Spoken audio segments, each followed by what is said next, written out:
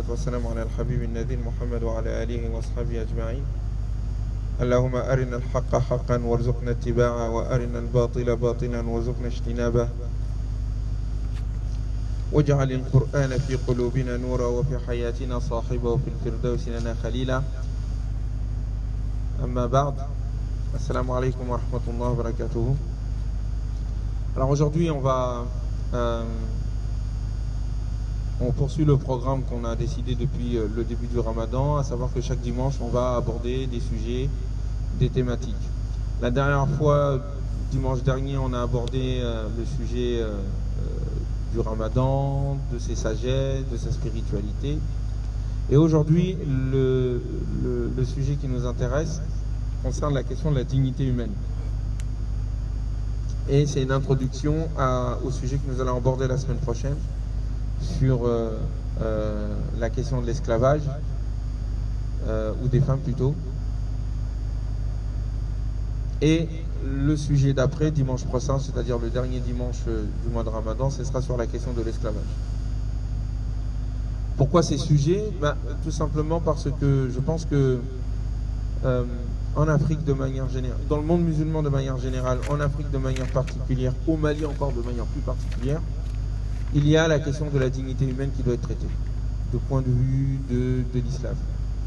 Cette question, ce sujet m'a d'ailleurs été proposé par notre ami Yaroub qui est ici. Donc Yaroub, toutes les hasanats qu'on aura aujourd'hui, c'est dans ta poche si Dieu le veut. Et je pense que c'est un sujet important d'aborder la question de la dignité parce que nous avons besoin, dans nos conférences, dans les prêches, même si moi je ne fais pas de prêche, mais de façon générale, on a besoin pour aider l'Afrique, on a besoin pour aider le monde musulman, on a besoin pour s'aider nous-mêmes, de revoir notre conception de l'être humain, de voir quelle est sa dignité, quelle est son importance en islam. Quand vous voyez des pays qui sont majoritairement musulmans vivre la pauvreté endémique, quand vous voyez des populations majoritairement musulmanes qui vivent souvent au-dessous du seuil de pauvreté, qui sont toujours en train de mendier, quand vous voyez des pays entiers qui ne survivent et ne vivent que grâce à l'aide internationale de développement, quand vous voyez des enfants mendier à longueur de temps, des femmes obligées quelquefois de confier leurs enfants à des orphelinats parce qu'elles les ont eus dans des conditions difficiles. Quand vous voyez tout ça, il se pose la question de la dignité. Il se pose la question de l'importance de l'être humain. Quand vous voyez des jeunes qui m'ont interpellé à travers le frère Yaroub, mais à travers d'autres personnes aussi, m'interpeller en tous les cas et dire que ce dont on a besoin aujourd'hui, on a besoin d'un discours qui donne confiance. Ça, je l'ai entendu à plusieurs reprises. Que souvent, les imams, lorsqu'ils s'expriment, je ne comprends pas le bambara, le wolof non plus d'ailleurs, je connais un peu. Mais qu'on a besoin d'un discours de confiance parce que ce discours de confiance, on en a besoin parce que on a besoin de force, on a besoin d'avoir une vision de l'islam qui nous fait confiance, qui nous donne confiance, qui nous donne envie de faire les choses. Donc là, à ce moment-là, on se dit qu'il y a un problème fondamental d'idée de l'homme, de comment Dieu considère l'être humain et comment est-ce qu'on peut, à partir de là, contribuer à améliorer les choses. Dieu ne change pas l'état d'un peuple tant que ce peuple ne change pas ce qu'il a en lui-même. Et ça veut dire que pour que nous puissions changer, pour que Dieu change ce qui nous concerne, le changement doit commencer en nous. Il y avait un savant qui disait Al-qalbu sahibu at-taghyir, le cœur est l'artisan du changement. Donc tout commence d'abord à l'intérieur de nous-mêmes. Et la décision, la volonté que nous avons de nous améliorer et de changer l'ordre des choses. Il faut changer l'ordre des choses. Changer la société. Changer les règles. améliorer notre situation. Ça, c'est une décision. Mais pour que cette décision soit suivie des faits, il faut que l'application de ces changements ait lieu d'abord à l'intérieur de nous. Voilà pourquoi d'ailleurs Gandhi disait, il faut que tu sois le changement que tu espères. Il faut être le changement que tu veux. Est-ce que vous comprenez? Quelqu'un de sale ne peut pas provoquer la propreté. Quelqu'un d'ignorant ne peut pas provoquer le savoir. Quelqu'un de désorganisé ne peut pas provoquer l'ordre. Pour proposer le savoir, il faut être savant. Pour proposer la propreté, il faut être propre. Pour mettre de l'ordre, il faut être ordonné. Al-Muhim, comme on est peu nombreux, on va faire en sorte qu'il y ait un échange, une interaction entre nous pour vous amener petit à petit, pour nous amener petit à petit à, en termes de conclusion, à une idée claire de ce que l'islam propose comme conception de l'être humain, premièrement, et deuxièmement, à voir quels sont les problèmes que nous avons dans notre société qui ne correspondent pas à cette vision de l'islam de l'être humain, et troisièmement, quelles sont les pistes et les solutions que nous pouvons trouver pour améliorer la condition de l'être humain, pour nous améliorer. Premier point, la conception que l'être humain a, que l'islam a de l'être humain à travers le Coran et la pratique du prophète. Deuxièmement, les problématiques qui sont les nôtres ici en Afrique et dans le monde musulman de manière générale, et dans le monde tel qu'il est, d'ailleurs, à l'ère de la mondialisation. Est-ce qu'il y a des choses qui correspondent ou pas à cette vision de l'être humain que propose l'islam? Et enfin, troisièmement, qu'est-ce que nous pouvons faire à notre niveau pour pouvoir contribuer à l'amélioration du sort de l'être humain, à moins que nous pensions que l'être humain, l'humanité en général, l'être musulman en particulier, l'être africain en plus particulier, et l'être malien en plus particulier, n'ont pas de problème global, et puis de toute façon, voilà, tout va bien. Voilà les 3 points. Le premier point, je vais partir de vos interrogations. Je pourrais faire un monologue pendant 1 heure, mais encore une fois, on est entre nous, et je pense que c'est plus intéressant qu'on interagisse. Est-ce que quelqu'un peut, parmi vous, me dire quelle est, selon lui,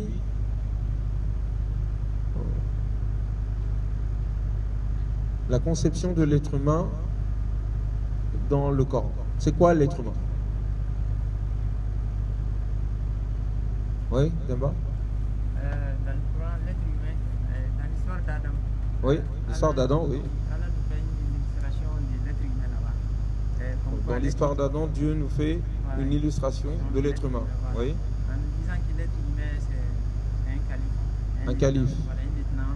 Un lieutenant. Voilà, qui est responsable à la base, quoi. Qui est responsable à la base. Voilà. Il y a une certaine liberté, quoi.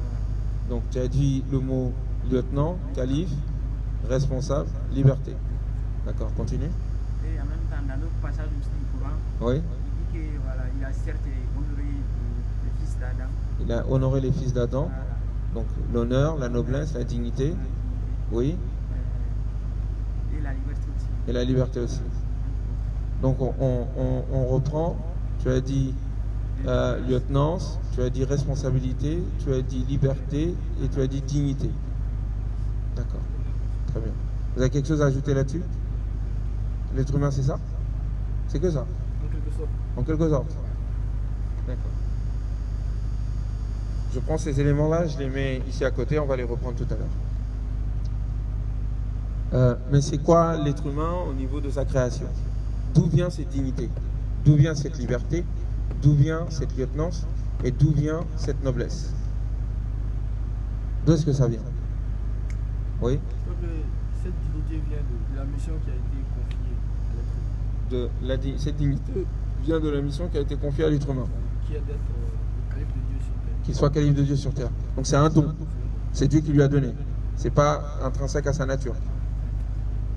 D'accord. Très bien. C'est un don divin, je le mets aussi de côté pour l'instant, on va y venir tout à l'heure. C'est intéressant parce que le passage, par exemple, que tu as paraphrasé sur la dignité, c'est Dieu qui dit « Walaqad karramna bani Adam ». Nous avons certes anobli et rendu dignes les enfants d'Adam. Donc c'est lui qui donne cette dignité. Très bien. Mais qu'est-ce qui caractérise l'humain? Là, vous nous parlez de sa qualité, n'est-ce pas? Mais j'aimerais que vous me parliez de sa nature. Sa nature. Oui. Le Coran nous dit que l'être humain a été créé de l'argile. Donc l'être humain a été créé de l'argile. Première chose. Ça veut dire quoi? Quelle est la conséquence de dire que l'être humain a été créé à partir de l'argile? Il y a une conséquence. Il sera flexible, il est flexible quoi. Il est flexible peut-être, mais il est lié à cette terre. Il est lié à l'univers dans lequel il se trouve. Il est issu de là. Donc il est un élément, il participe de la nature, il participe de l'univers, puisqu'il en est issu. Il est créé à partir de la terre qui est un élément de l'univers, on est d'accord? Ça a une conséquence, il va falloir en parler après. Il y a aussi un deuxième point.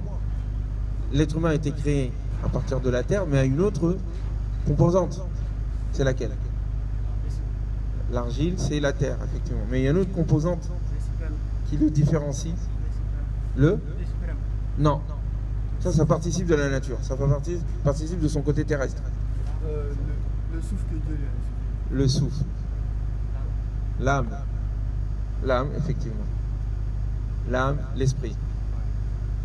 Mais est-ce que l'âme fait partie d'un élément de la nature? Est-ce que ça fait partie de la nature?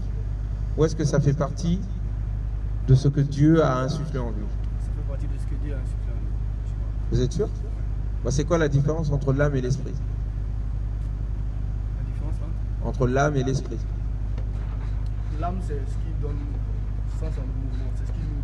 la vitalité. Quoi. Oui, et l'esprit? L'esprit, c'est ce que Dieu nous a donné, qui nous permet de distinguer le bien du mal. Oui. Oui. Le moteur de l'âme, c'est l'esprit en fait. Le modèle de l'âme, c'est l'esprit. Tu es d'accord avec ça, mon ami?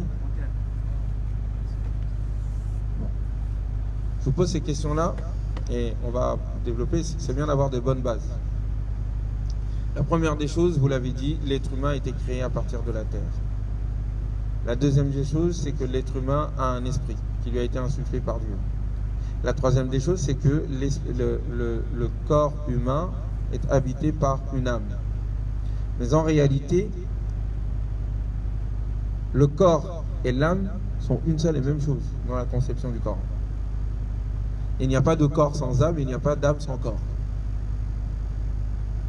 Et lorsque l'âme quitte le corps, la mort vient. L'âme n'existe pas sans le corps et le corps n'existe pas sans l'âme. Ça, c'est lié. Et c'est issu de la terre.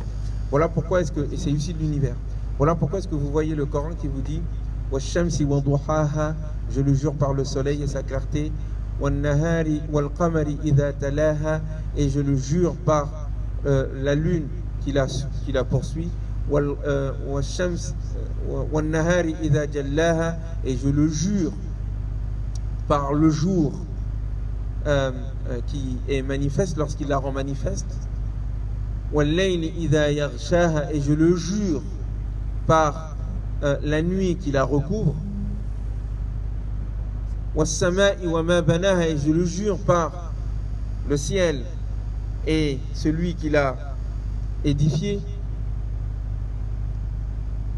wal-ardi wa ma tahaha, et je le jure par la terre et celui qui l'a établi, aplani, wa nafsin wa ma sawwaha, et je le jure par l'âme et celui qui l'a harmonisé, fa'alhamaha fujuraha wa taqwaha, et lui a inspiré sa dépravation, sa dégradation, wa taqwaha, ainsi que sa piété.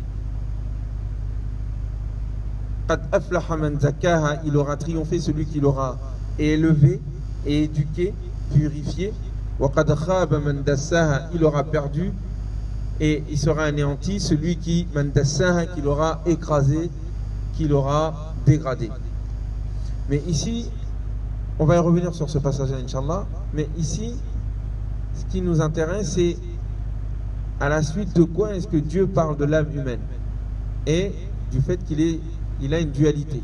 Il est capable du bien comme il est capable du mal.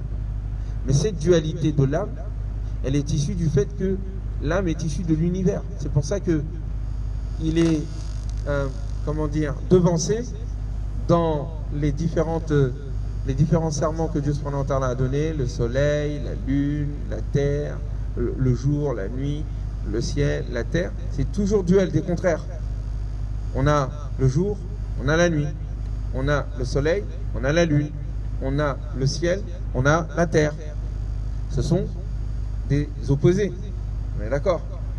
Très bien. Et ça symbolise l'univers entier. Les grands éléments de l'univers sont là.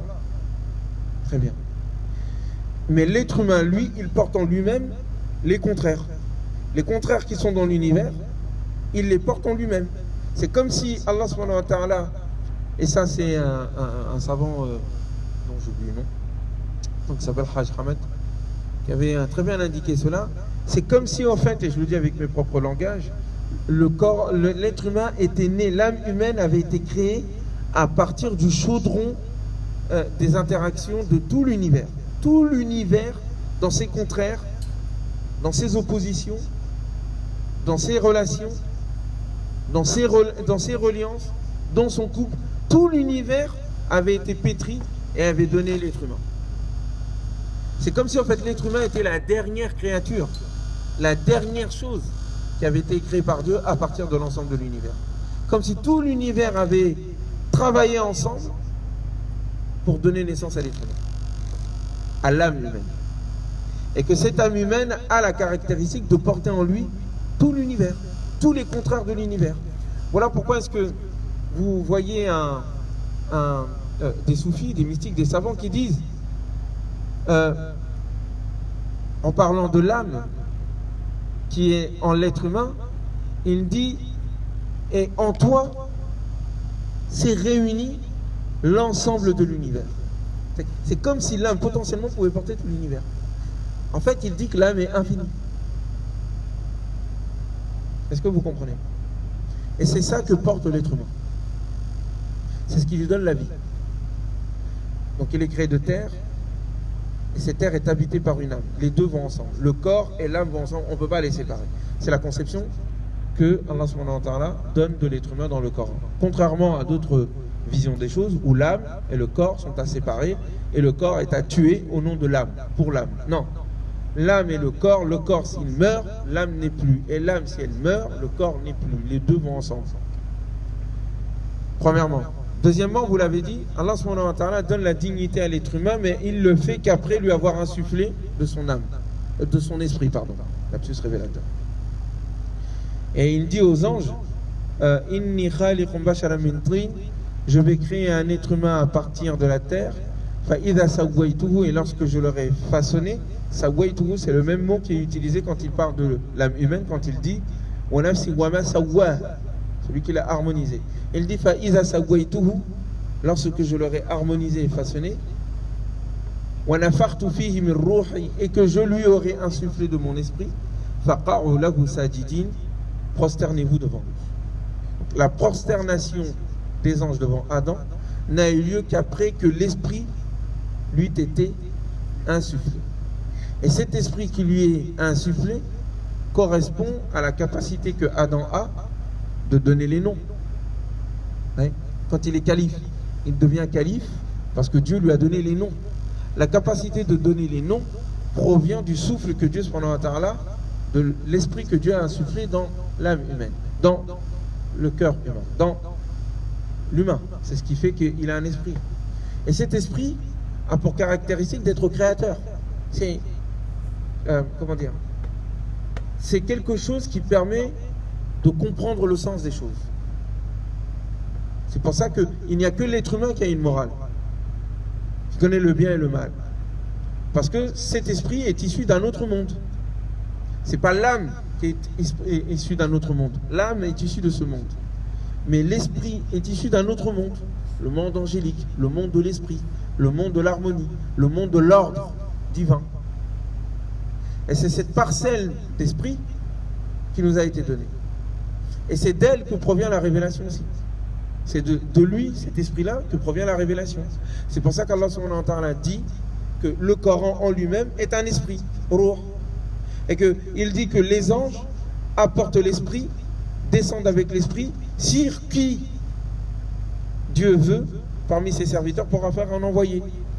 Donc l'esprit, c'est le canal qui permet de recevoir les commandements divins, la révélation divine, d'être en contact avec le monde supérieur, de sentir en nous que ce monde-là, il est fini et qu'il y a un autre monde derrière. C'est pour ça qu'on arrive à rêver, c'est pour ça qu'on arrive à être des artistes, c'est pour ça qu'on arrive à créer. Est-ce que vous comprenez? C'est de là que vient la dignité de l'être humain. Est-ce que c'est que pour les hommes? Ou les femmes sont concernées par cette affaire? C'est tout l'être humain. L'être humain. Vous êtes sûr? Hein? C'est jamais, hein? Parce que dans certaines civilisations, c'est pas clair, ça. Pour certaines civilisations et certaines religions même, bon, la femme, là, c'est le problème. Elle n'est pas concernée par cette dignité. Une altération des savants, de nos savants. Ah, À la base, à la base, là, on parle de l'être humain, l'être humain. en tant que tel. Hommes et même femmes, ils sont concernés par ça. Très bien. À partir de là, nous comprenons pourquoi, et nous allons reprendre des passages que nous avions dit dans nos précédentes conférences. Nous avions indiqué que, de ce fait, l'être humain est lieutenant de Dieu sur terre en raison de l'esprit que Dieu a insufflé en lui et de la capacité de donner des noms. C'est ce qui fait de l'être humain un lieutenant de Dieu sur terre. Donc il a la charge et la responsabilité, le pourquoi de sa mission sur terre, c'est de gérer la terre comme Dieu le veut. C'est la raison pour laquelle vous voyez, j'en ai déjà parlé, je le redis, le savant Ibn Khaldoun disait que, vous connaissez Ibn Khaldoun? Non? C'est Ibn Khaldoun. Vous savez Ibn Khaldoun. Ibn Khaldoun, c'est le premier sociologue et historien universel. C'est lui qui a fondé les sciences humaines, en fait. Il a écrit un livre qui s'appelle Al-Muqaddima, l'introduction ou le prolégomène. Et ce livre essaye de comprendre les lois de l'histoire. Parce que le Coran, il dit que dans l'histoire, il y a des lois. Il faut les comprendre. Donc, c'est à la fois un livre de civilisation, comment les civilisations humaines naissent, grandissent et disparaissent. Quelles sont les règles? Quelles sont les lois? Et donc, il va définir l'être humain, c'est quoi? Il dit que l'être humain, sa nature, c'est quoi? Sa définition, à partir de tout ce qu'on vient de dire. Il dit, il est chef, raïs, bitab'ihi, par nature, en raison de la lieutenance que Dieu lui a donnée. Donc il a une nature libre de chef, c'est le côté philosophique et naturel, en raison de la mission de lieutenance qu'Allah lui a donnée sur terre. Voilà comment on définit l'être humain du point de vue coranique. L'être humain est un calife de Dieu sur terre, créé à partir d'argile, dans lequel fut insufflé l'esprit, et il a pour mission de coloniser la terre et de le faire en fonction des principes de lieutenance qui sont révélés par les religions et la révélation de façon générale. Est-ce que c'est clair?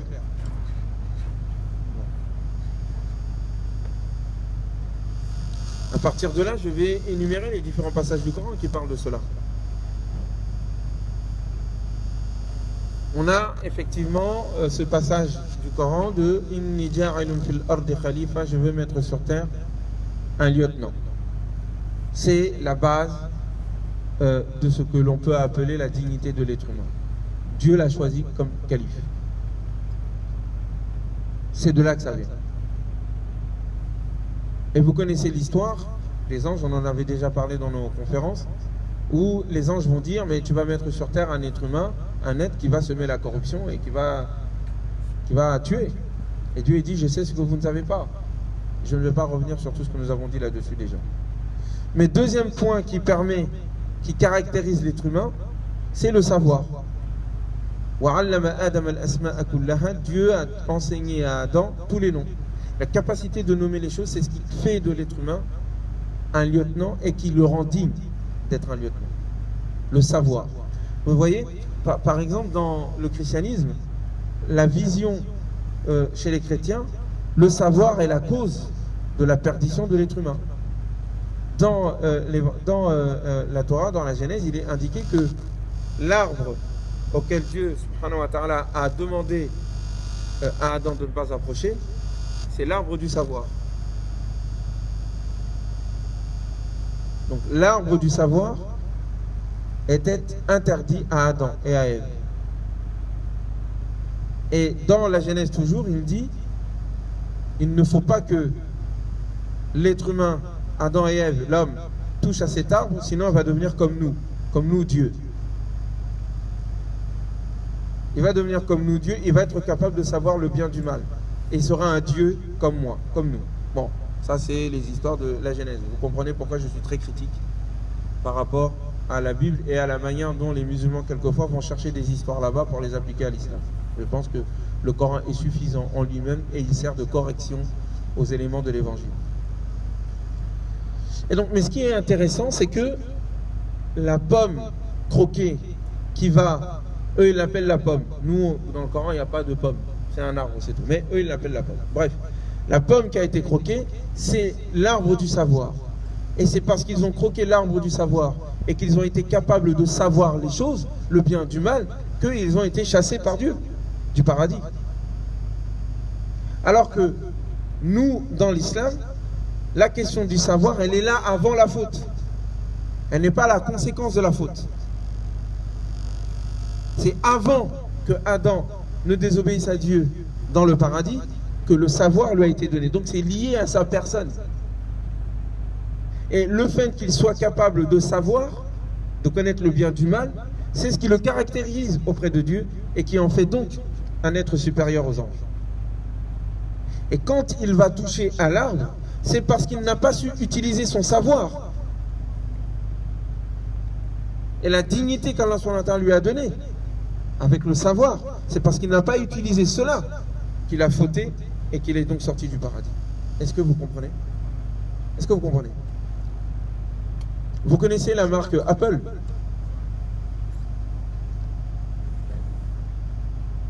C'est quoi le sigle de Apple? Elle est comment cette pomme? Il y a une partie qui a été croquée. La pomme est croquée. Voilà. On a un spécialiste ici, hein, c'est peut-être des légendes hein, qu'on dit. Mais on fait le rapprochement entre la pomme, et c'est très intelligent celui qui a trouvé ça. Dans la culture chrétienne, ça se comprend. La pomme qui a été croquée par Adam et Ève et qui leur a donné un peu de connaissance, c'est ce reste de pomme qu'il faut tout croquer pour accéder à la connaissance ultime.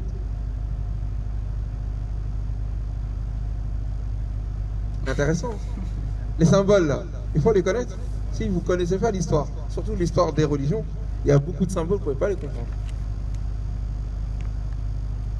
La pomme du savoir, auquel on a déjà goûté un peu, et au nom duquel nous avons été sortis du paradis, il faut finir de la croquer pour faire de ce monde un paradis, pour retrouver notre paradis, pour créer le paradis, pour devenir comme Dieu. Parce que c'est ça, dans la Bible, cette pomme, cet arbre, est l'arbre qui risquait de donner à Adam les mêmes pouvoirs que Dieu et de connaître le bien du mal. Voilà pourquoi, quand il commence à vouloir s'habiller et à se protéger parce qu'il voit sa nudité, le Dieu lui dit, dans la Bible, je ne veux pas dire Dieu, le Dieu, lui dit, Adam, qu'as-tu fait? Où es-tu? Donc il ne le trouve pas, donc il le cherche. Et quand il dit, je suis là, il dit, mais que fais-tu? Il dit, je cache ma nudité. Il dit, comment ça? Tu as mangé de l'arbre. Tu as mangé l'arbre que je t'ai interdit. C'est pour ça que tu sais que tu es nu. Voilà pourquoi aussi, dans cette conception-là, vous voyez des gens qui disent qu'à l'origine, l'être humain était nu. Et n'avait pas de problème au niveau de sa nudité. Et donc, il faut revenir à cela, à cette innocence-là. Et donc, vous voyez des gens qui décident de créer des clubs de nudistes. Ça vient de là. Toute cette vision-là, toute cette culture. Et que ça aussi, c'est lié aussi quand ils disent que cette malédiction qui a eu lieu, parce que quand Adam a succombé à la tentation de Ève. Donc c'est Ève, selon eux, qui a poussé Adam à manger du fruit. Donc Ève l'a goûté, Adam aussi, et c'est le diable qui les a poussés. Le diable est devenu un serpent qui rampe sur terre.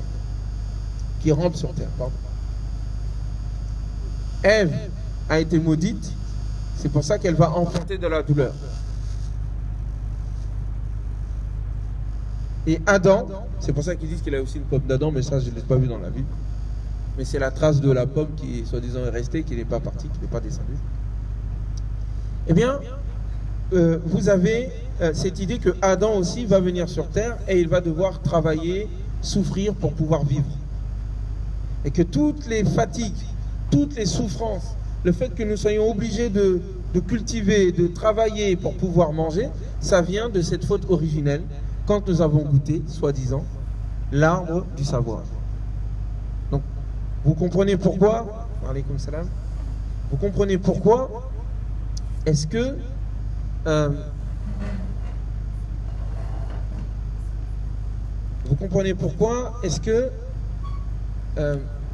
la question, la manière dont le Coran va corriger l'histoire est importante. Vous saisissez? La question de Adam, c'est le cœur. Si la conception que vous avez de cette histoire est faussée, tout le reste est faussé. Vous en voyez des conséquences. L'une des conséquences, par exemple, de la vision de la Bible, c'est le dénigrement de la femme. C'est le fait de dire que la femme, Ève, ayant été la cause, dans la version biblique, de la malédiction qui est tombée sur l'être humain, elle est en elle-même maudite, et que tout ce qui concerne sa féminité est malédiction. Alors que dans la vision coranique, hommes et femmes sont hommes et femmes avant la faute, d'une part, et sont issus même de leur dignité d'être humain, puisque la femme et l'homme sont concernés par cette dignité d'être humain, à qui il fut donné la capacité de nommer les choses et d'être lieutenant de Dieu sur terre. Une autre conséquence, quand vous voyez dans l'histoire biblique le fait qu'il y a un péché originel, c'est-à-dire que la malédiction qui serait issue de cette désobéissance originelle dans le paradis après avoir mangé du fruit, eh bien, il y a des conséquences, cette malédiction se poursuit dans la descendance. Donc il y a des gens qui ne peuvent pas prendre les péchés de quelqu'un d'autre sous prétexte que c'est leur père qui en est à l'origine. Est-ce que vous comprenez? Donc il y a une responsabilité collective. Donc nous, toute l'humanité est, comment dire, c'est mieux comme ça, toute l'humanité est maudite, est victime de cette malédiction en raison du fait que nos parents, qui nous ont rien demandé, Adam et Ève, ont péché. Et donc ça fait que le péché, en tant que tel, est une malédiction qui est inhérente à l'être humain, parce que l'être humain il va faire des erreurs. Donc ils disent le fait que l'être humain fasse des erreurs, c'est la preuve qu'il est pécheur, et donc il est maudit, et donc il a besoin d'un sacrifice pour se racheter. Ce sacrifice, c'est Jésus. Mais c'est toute une conception de l'être humain qui est présente. Ici, l'être humain n'est pas innocent. Ici, l'être humain est coupable. Ici, la femme est coupable parce qu'elle est maudite, parce que c'est à cause d'elle que l'homme est aussi maudit. Et ils font une relation aussi entre le fait d'avoir croqué cet arbre-là avec la sexualité. Parce qu'ils se disent que c'est cette action qui a permis à l'être humain d'aimer la sexualité. Et donc la sexualité, cette chose mauvaise, sale, qui est liée avec le corps de la femme, est liée avec cet arbre-là, est liée avec cette connaissance-là. Et donc c'est une malédiction. C'est pour ça que dans ces religions-là, la question de la femme, la question de la beauté, la question de l'être humain, et tout ce qui concerne la descendance et la sexualité et les plaisirs de la vie, il y a une croix dessus. C'est tabou.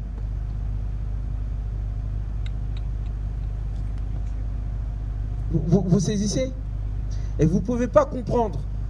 On ne peut pas comprendre tout l'ensemble de la philosophie chrétienne et la philosophie occidentale si on ne comprend pas en partie cette vision-là. Parce qu'il y a deux visions, deux philosophies en fait qui irriguent la philosophie occidentale. La vision gréco-romaine, qui a une vision assez décomplexée avec le monde, et qui fait des dieux, en fait, des créations humaines. et la vision chrétienne, qui croit en Dieu, mais qui fait de ce monde une malédiction.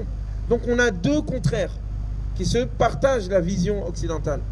On a une vision religieuse qui fait de ce monde une malédiction, et on a une vision gréco-romaine qui fait de ce monde un but en soi.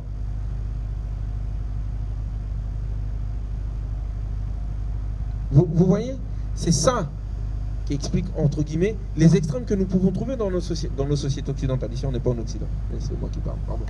Mais dans les sociétés occidentales, où d'un côté nous pouvons avoir comme idéal la question des prêtres, la question de l'Église, qui interdit par exemple à ses membres de se marier, parce que pour eux l'idéal, c'est d'être le plus éloigné possible de ce qui fonde la nature humaine, et de se rapprocher plus des anges et de Dieu, en étant le plus éloigné de sa nature humaine. Et ça donne les dégâts que vous connaissez. Et de l'autre côté, on a l'exaltation de la nature humaine, mais dans le côté le plus... jusqu'au côté, pas que, mais jusqu'au côté le plus bas, le plus animal, le plus bestial, sous prétexte que c'est naturel, et donc on doit laisser s'exprimer la bestialité humaine, sans tenir compte du fait qu'il est digne et qu'il a une âme humaine. Et de ce fait, on va arriver dans cette civilisation-là, jusqu'à nier la dignité de l'être humain, en disant que l'être humain n'est pas digne, c'est un animal comme les autres, et que cette dignité, c'est juste c'est une création. On l'a créé de toutes pièces. Il n'y a ni Dieu, ni ange, ni âme, ni rien du tout. L'être humain n'est qu'un corps qui a des besoins auxquels il faut répondre. Voilà les deux extrêmes. Est-ce que vous comprenez? Et le savoir qui est donné, c'est un savoir qui est fait contre Dieu dans cette considération-là. Puisque Dieu n'a pas voulu que l'être humain ait le savoir. Vous comprenez? L'être humain, dans la conception biblique, ayant eu le savoir, c'est contre Dieu. Dieu n'a pas voulu qu'il ait du savoir. Donc c'est une désobéissance.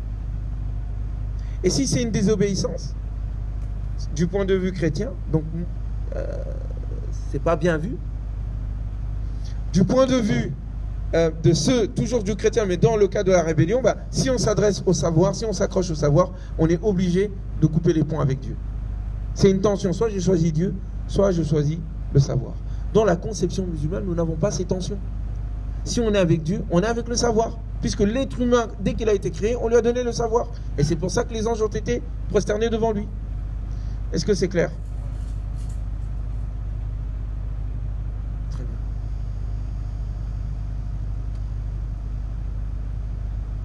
Quand vous voyez l'état de la situation des musulmans, vous voyez que Klim kan te marchen, hein? Jadi, kan te marchen. Ah, ada tinton di kati sur le coup. Là, descends-le vers les gens comme ça. Ah, oulala. Ah, je suis heureux là. Oh là là. Oh mon Dieu. Ah, tu le sens toi? Hein? Là, tu le sentais bien tout à l'heure. Mais recentre-toi comme ça, tu vas le sentir. Ou tu te mets là? Okara. C'est bon? Ouais, c'est bon. Okara. Anchoya Asende. Okara. Et donc, ça c'est important, j'insiste sur ce point-là parce que ça a l'air philosophique, mais ça a des conséquences concrètes. Quand par exemple, les êtres humains, quand les musulmans ont pris en partie cette conception issue des évangiles, de la Genèse, de la Bible de manière générale, et qu'ils l'ont pris aussi des différentes religions mystiques qui existaient dans l'hindouisme,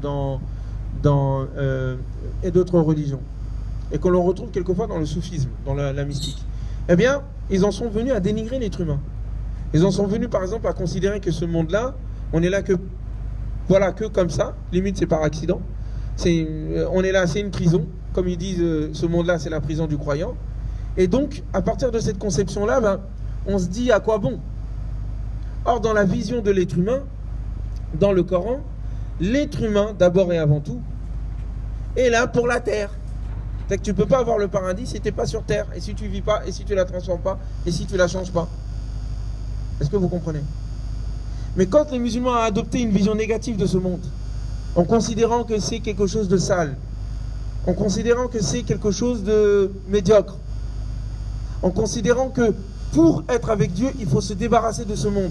Il faut passer sa vie à prier, passer sa vie à jeûner, ne pas se préoccuper de ce monde-là, ne pas chercher à l'améliorer. Quand ils ont délaissé toutes ces choses-là, en délaissant le savoir, en disant que le savoir c'est juste le savoir de la religion, mais pas le savoir du monde, en faisant une distinction entre le savoir religieux et le savoir du monde, eh bien ils ont tout perdu. Ils n'ont plus avancé dans les sciences, ils n'ont plus fait de grandes découvertes comme cela a été le cas pour les premières générations. Ils n'ont plus su lier le monde et l'au-delà en une seule main, comme c'était le cas à l'époque du prophète alayhi salatu wassalam. Ce qui a fait que de petit à petit, on a poussé les musulmans à ne plus s'intéresser au monde, à ne plus s'intéresser aux sciences, à délaisser tout ce qui concernait leur vie, leur corps, la chose de la société, à vivre que de ce que leur donne la nature et de ce que d'autres personnes font dans les autres civilisations en termes de découverte pour juste les utiliser, les consommer. Ce sont devenus des consommateurs de ce monde tout en niant le besoin de ce monde au nom d'un au-delà qu'ils ne vont jamais gagner parce qu'ils ne peuvent le gagner sans ce monde. Est-ce que vous comprenez? Quand vous voyez l'état des pays musulmans, il est dû à ça.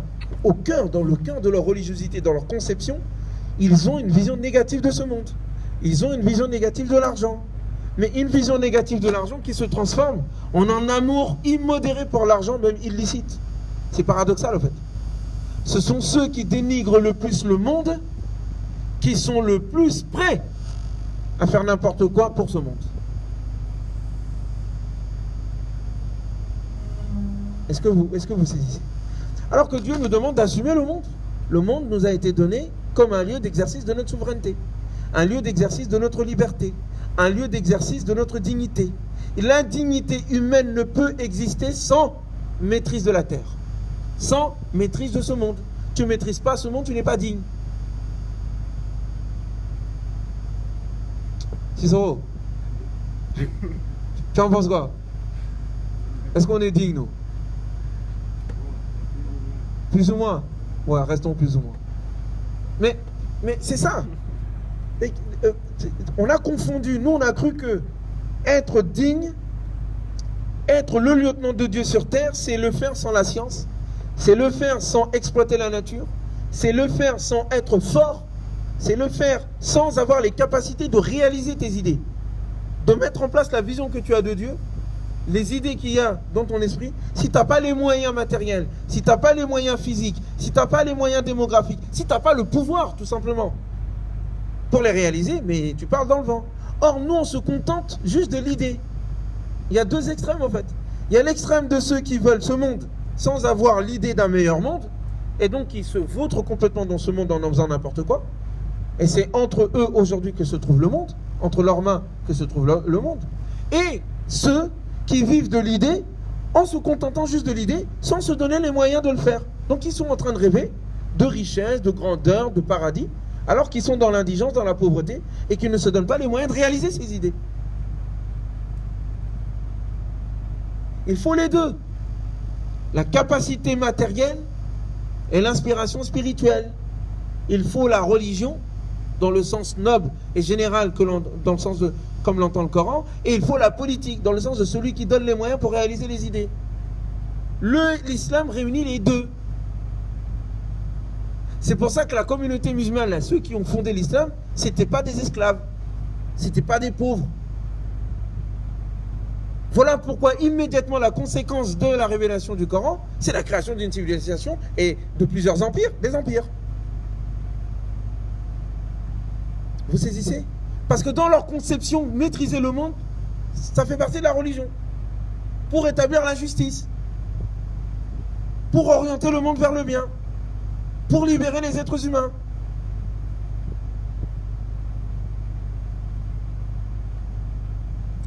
C'est donc lié à la dignité de l'être humain. En soninké.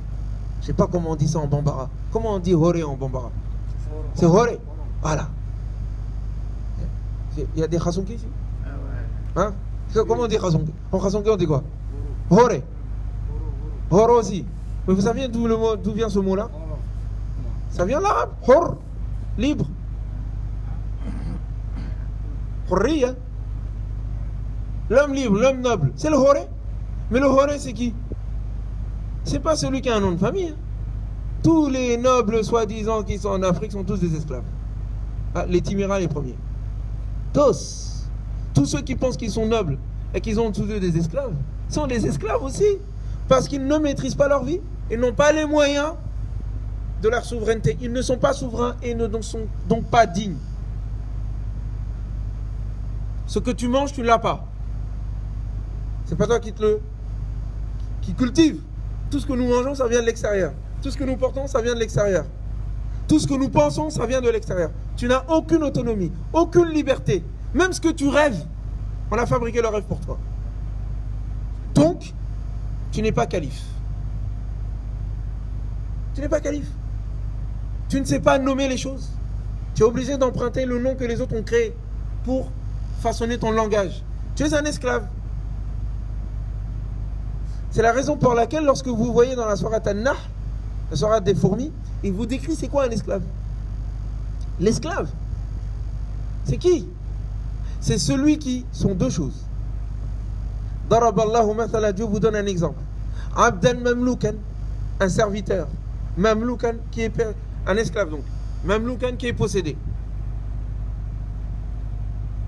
Qui n'est capable de rien du tout. Wa huwa kallun ala mawla, et qui est aussi dépendant de son maître. Est-ce que celui-ci est semblable à celui qui, nuit et jour, nous avons donné des biens, razaqnahu, donc il possède les biens, et il les dépense nuit et jour comme il veut? Est-ce qu'ils sont égaux?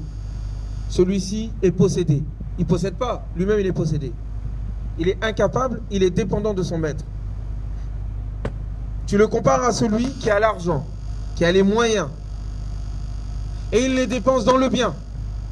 Est-ce qu'ils sont égaux? Celui-ci est libre, celui-ci est esclave. Deuxième exemple, il dit, je vous donne un autre exemple. Un serviteur. Il est muet. Et il est dépendant de son maître. Aïnama yuwajjihu, où que le maître le dirige, la ya'ti bi khairin. Il ne vient avec aucun bien. Tiens, le maître l'oriente. Là, on était dans les dépenses, l'argent. Là, on est dans le symbolique, le spirituel, l'orientation. C'est le maître qui lui dit d'aller à droite et à gauche. Il est muet. Il est complètement dépendant de son maître dans la manière de penser. Et il dit, même quand le maître il a une bonne intention, ce qui ramène dans la direction est mauvais. Parce qu'il y a un rapport de domination. Il dit, est-ce que celui-ci est semblable à l'autre qui il est sur la voie droite. Et il ordonne le bien. Il ordonne la justice. Et il est sur la voie droite. Est-ce qu'ils sont semblables? Est-ce qu'ils sont pareils? Ils ne sont pas pareils. Oui?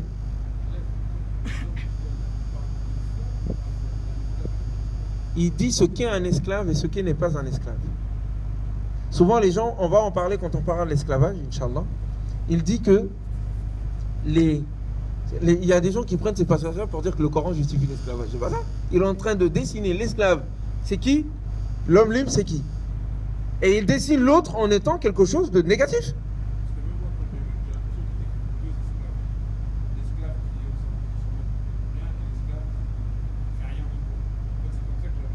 Dans les deux cas, c'est mauvais. Parce qu'il dit, il oppose les deux. Dans le premier cas, il parle de la question des biens, de la possession des biens. Il dit, celui-ci est possédé. Il est dépendant de son maître. Là, ça va ensemble. Quand tu es possédé, que tu n'as rien, tu es dépendant de celui qui a. Donc, il est kallun ala maulahu. Alors que le deuxième exemple, contre-exemple, c'est celui à qui nous avons donné des biens et qu'il dépense nuit et jour. L'autre dépense, l'autre est dans une situation d'être propriété, au fait. Il est la propriété de quelqu'un. L'autre est propriétaire, l'autre est la propriété de quelqu'un. Et s'ils sont égaux, ils ne sont pas égaux. Ils ne sont pas pareils auprès de Dieu. Celui-ci est négatif, celui-ci est positif. Donc il y a deux manières de perdre sa souveraineté, sa dignité. En fait, la souveraineté et la dignité ont deux conditions. La souveraineté physique, ce que tu manges, tout ce dont tu as besoin, tu n'es pas dépendant de quelqu'un. Ce que tu penses, tout ce dont tu as besoin, tu n'es pas dépendant de quelqu'un. Si tu es dépendant de quelqu'un dans ce que tu penses, et quand tu es dépendant de quelqu'un dans ce que tu manges, et dans ce que tu achètes, tu n'es pas libre. Donc tu ne peux pas être un beau serviteur de Dieu. Tu n'es pas calife. Cet exemple étant donné, on va la détailler encore plus quand on parlera de la question de l'esclavage. Mais être calife de Dieu sur terre, ça n'est pas ne pas avoir le savoir. Être calife de Dieu sur terre, ça n'est pas ne pas avoir le pouvoir sur terre. Être calife de Dieu sur terre, ça n'est pas ne pas maîtriser la nature. Être calife de Dieu sur terre, ça n'est pas ne pas avoir une voix à soi qui nous dirige et qui vient de Dieu. Si ces quatre choses sont absentes, il n'y a pas de calife de Dieu. Il y a juste des animaux qui mangent et c'est tout. C'est un peu dur ce que je dis. Ah, mais c'est ça, oui. Et il y a une philosophie qui est un peu gravée ici. Il y a certains Africains qui disent que c'est dans la pauvreté et la misère que l'homme s'intéresse à la religion musulmane. C'est dans la pauvreté et la misère qui s'intéresse à la religion musulmane. Donc si, mais alors les pauvres, il n'y a pas de riches pieux? Est-ce qu'il y a des riches pieux? C'est ça qu'il faudrait leur poser. Abu Bakr Siddiq radiallahu anhu était riche. C'est l'homme le plus pieux. Osman ibn Affan, on n'en parle même pas. Il est encore plus riche. C'est l'un des hommes les plus pieux. Tous les proches compagnons du prophète étaient des gens riches. N'est-ce pas? Donc même ça, juste, mais je ne rentre même pas dans les détails philosophiques. Même les exemples que nous avons, les plus grands compagnons du prophète, c'était pas des faibles. C'était pas des lâches. Il y avait des pauvres, oui, il y en avait. Mais c'était des gens libres. Même en tant que pauvres, ils ne mendiaient pas, ils se débrouillaient pour aller chercher. Et il y avait une solidarité dans la communauté musulmane qui faisait qu'ils n'étaient pas dépendants de leurs ennemis. Donc, c'est une mauvaise interprétation qui est issue de l'héritage dont j'avais parlé tout à l'heure. Les anciennes religions d'avant qui avaient une vision négative de l'être humain et de la vie. C'est de eux que proviennent ces réinterprétations de l'islam. Normalement, l'islam ne peut aller qu'avec des gens libres et souverains. La pratique de l'islam, elle ne peut pas se faire avec des lâches et des pauvres. Elle ne peut pas se faire avec eux. Elle ne peut se faire qu'avec des gens courageux, des gens forts et des gens riches. Alors, qu'est-ce qu'on entend par richesse? La richesse commence quand tu es dépendant de personne. C'est ça la richesse, à la base. C'est que Al-Ghina en arabe veut dire le fait de ne pas être dépendant de quelqu'un. C'est pour ça qu'Allah subhanahu wa ta'ala est Rani, c'est-à-dire que lui, il ne dépend de rien. Nous dépendons de lui. C'est pour ça qu'en face de lui, nous sommes des fuqara, des nécessiteux. Dans le monde humain et social, il faut que chacun ait la possibilité, donc il faut que ça soit une volonté politique de la communauté musulmane, un objectif à atteindre, d'avoir notre souveraineté économique et notre souveraineté intellectuelle. Sinon, on ne peut pas être des bons musulmans. Ça doit être l'objectif de chaque individu ici. Hommes et femmes, pas seulement les femmes, pas seulement les hommes. Même les femmes doivent avoir leur indépendance économique. Ou bien vous n'êtes pas d'accord? Il y a eu des yeux là. Il y a eu un petit souci là. Les femmes, vous préférez être avec une femme pauvre ou avec une femme riche? Moi j'ai une femme riche les amis. Une des femmes d'ailleurs riche. J'ai 4 milliardaires, tout va bien. Non, même les femmes doivent avoir leur indépendance économique et financière. Il faut l'avoir. Quand tu es dépendant de ton mari dans tout, là, il va faire de toi n'importe quoi. Parce que l'être humain a tendance à dépasser les limites. Nous tous, on a tendance.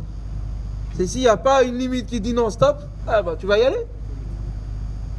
Quand ta femme est complètement dépendante de toi en tout, c'est pas bon. Il faut du répondant. En tout cas, pour moi, il faut du répondant. Une femme libre intellectuellement et libre économiquement, ça ne peut être qu'un soutien. Les hommes qui ont peur d'avoir une femme libre ou une femme autonome, c'est qu'eux-mêmes, là, ils sont pas, c'est pas des grands hommes. Hein? J'ai été dur, là. Ah, j'ai été dur. C'est pas des grands hommes, wallahi. Je jure jamais, hein, mais c'est pas des grands hommes. Un grand homme n'a pas peur de quelqu'un qui, à côté de lui, est autonome et libre. Ah, pas peur. Parce qu'il sait que de toute façon, ça ne peut être qu'un soutien pour lui. Et qu'il est assez grand. Il est assez grand pour ne pas se faire dépasser. Que bien au contraire, il va provoquer l'admiration de son épouse. Et son épouse provoque son admiration. Moi, je veux que ma femme admire. Je veux admirer mon épouse. Je veux me dire, ah, vraiment, elle, là, c'est top. Elle est bien. Elle se débrouille bien. Elle m'aide, elle me soutient. Hein? C'est pas une serpillère que j'écrase. Comment? Je sais que c'est pas en général, mais nous les hommes on a un gros problème de complexe de supériorité, hein, ou d'infériorité, je sais pas trop. Hein. Le complexe d'infériorité et le complexe de supériorité, c'est le signe que t'es pas bien à l'intérieur de toi. T'es pas dépendant. T'es pas indépendant. Quand on est indépendant, je sais pas comment vous expliquer. Si, il faut que je le dise. En fait, tu fonctionnes en fonction de ce qu'il est à l'intérieur de toi, pas en fonction de ce qu'il est à l'extérieur. C'est qu'à l'intérieur, là, tu t'es mis un monde à toi, là, qui est à toi, c'est toi le maître. Le monde entier peut s'écrouler. L'intérieur de toi est libre. Tu fonctionnes par rapport à toi, à l'intérieur. Ce sont les règles que tu as. C'est toi qui imposes à l'extérieur tes règles, et pas l'extérieur qui pose ses lois à toi. Quand on est fort, voilà comment ça se fait. Et quand on est musulman, quand on croit en Dieu, le Dieu unique, le Dieu le plus grand, le Dieu le miséricordieux, le Dieu avec lequel on doit être en paix, parce que si je suis en paix avec lui, c'est bon. C'est parce que notre relation avec lui, subhanahu wa ta'ala, n'est pas claire, n'est pas solide, que l'intérieur de nous n'est pas solide, et que donc nous sommes soumis à l'extérieur. Nous sommes dépendants. Vous saisissez? Donc je reviens, je répète les garçons, les amis, je ne sais pas qui est marié ici, qui ne l'est pas, ou qui va l'être ou pas. Parce que vous avez la mode des polygamies. Hein, il ne faut pas trop dénigrer parce qu'on ne sait jamais. L'homme est maître du foyer, oui, mais le maître, entre guillemets, ça veut dire celui qui maîtrise. Hein? C'est pas une bonne d'une part. Et être maître, ça veut dire maîtriser. Donc tu maîtrises les choses. Ben, tu maîtrises quoi? Pas ta femme. Hein? Tu maîtrises. Tu as de quoi vivre. Hein? Tu as de quoi vivre, de quoi penser. Ouais, là, tu es libre. Là, tu maîtrises. Mais tu maîtrises ni l'un ni l'autre. Bon, à ce moment-là, tu vas te défouler sur ta femme. Jusqu'au moment où elle va partir, elle va te quitter. Parce qu'elle aura trouvé un boss.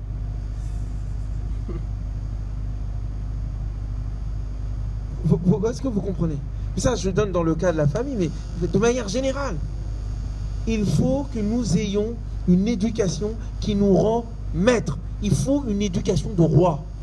Pas dans le sens de tyran, hein, mais une éducation d'homme libre, de femme libre. Il y a des choses que tu n'acceptes pas.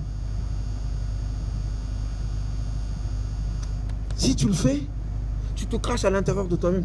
Tu es dégoûté de toi-même pendant 1 mois, 2 mois. Moi, il y a des choses que j'ai fait ou que j'ai laissé faire. Il y a 10 ans. Jusqu'à présent, je me mords la langue. J'aurais jamais dû laisser faire. Soit disant, il faut être patient, compagnie et tout. J'aurais dû me révolter, quitte à perdre mon emploi. Il ne faut pas accepter certaines humiliations. Parce que ça dénigre ton humanité. Vous comprenez? Mais tu dis ça. À partir d'une conception que tu as de l'être humain, c'est que tu te fais une idée de toi-même. Quand les anges se sont prosternés devant Adam, tu t'y vois là. Tu vois les milliards d'anges là, à l'infini, se prosterner devant toi. Devant toi, hein. Donc tu dis, comment? Moi? Un être humain? Moi? Accepter ça? Jamais. Moi? Il m'a donné le savoir? Il m'a donné une terre? Il y a des richesses dans notre terre, on n'est pas capable de l'utiliser pour être indépendant. Moréa, comme diraient les soniquets de Mauritanie. Moréa, vraiment, toi là, laisse tomber. Vous saisissez? Je reviens sur les passages du Coran. On était dans la sourate Al-Baqarah. Nous avons fait un détour avec la sourate An-Nahl. Déjà, je suis en train de vous montrer qu'il y a des relations entre tous les passages du Coran. Venons à la sourate Al-Isra. Non, avant même la sourate Al-Isra, il y a la sourate Hud. Dans la sourate Hud, c'est le prophète Salih qui raconte le propos. Vous me faites signe quand il se rapproche de Al-Rasa. D'accord? Il est quelle heure d'ailleurs? 26. Non, parce qu'Al-A'raf reprend les éléments de... C'est bien, tu connais bien le Coran, machallah.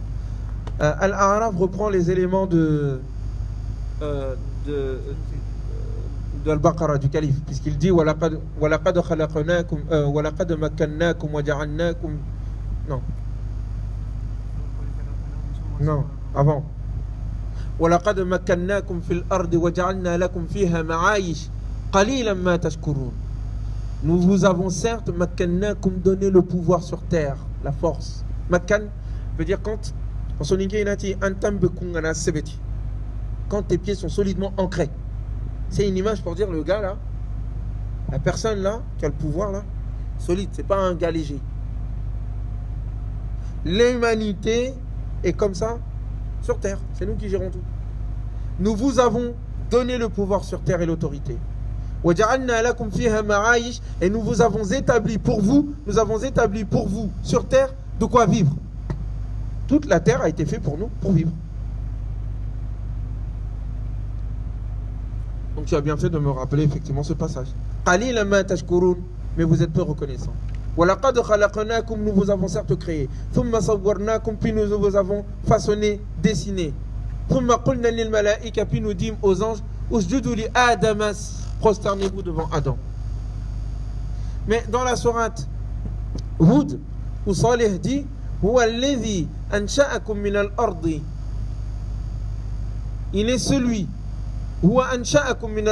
il est celui qui vous a fait sortir de la terre. Ansha'a veut dire faire émerger. Donc le Coran revient tout le temps là-dessus. On est issu de la terre. Et donc la terre dont on est issu, c'est pas quelque chose de mauvais. C'est pas vile la terre, contrairement à ce que le diable pense. C'est le diable qui pense que la terre est vile, mais pas Dieu. Donc la terre dans laquelle on est, c'est quelque chose de beau, de bien. La vie que nous vivons, c'est un cadeau qu'Allah nous a donné. C'est pas une malédiction. On est là pour faire des grandes choses, parce que nous sommes les lieutenants de Dieu sur terre. Et il dit وَاسْتَعْمَرَكُمْ فِيهَا, et il vous a ordonné, de par votre création même, de coloniser la terre. Istarmara veut dire en arabe, ça vient de Amara. Amr d'ailleurs en arabe veut dire la vie. Quand tu vitalises quelque chose, quand tu y mets de la vie, quand tu le crées. Istarmarakum fiha veut dire il vous a demandé, il vous a ordonné, il vous y a établi pour que vous y mettez de la vie. C'est-à-dire, vous avez par exemple la nature là, sauvage, vous mettez des jardins, mettez des fleurs, vous mettez des rues, vous réorganisez tout. C'est ce que Dieu vous a demandé de faire.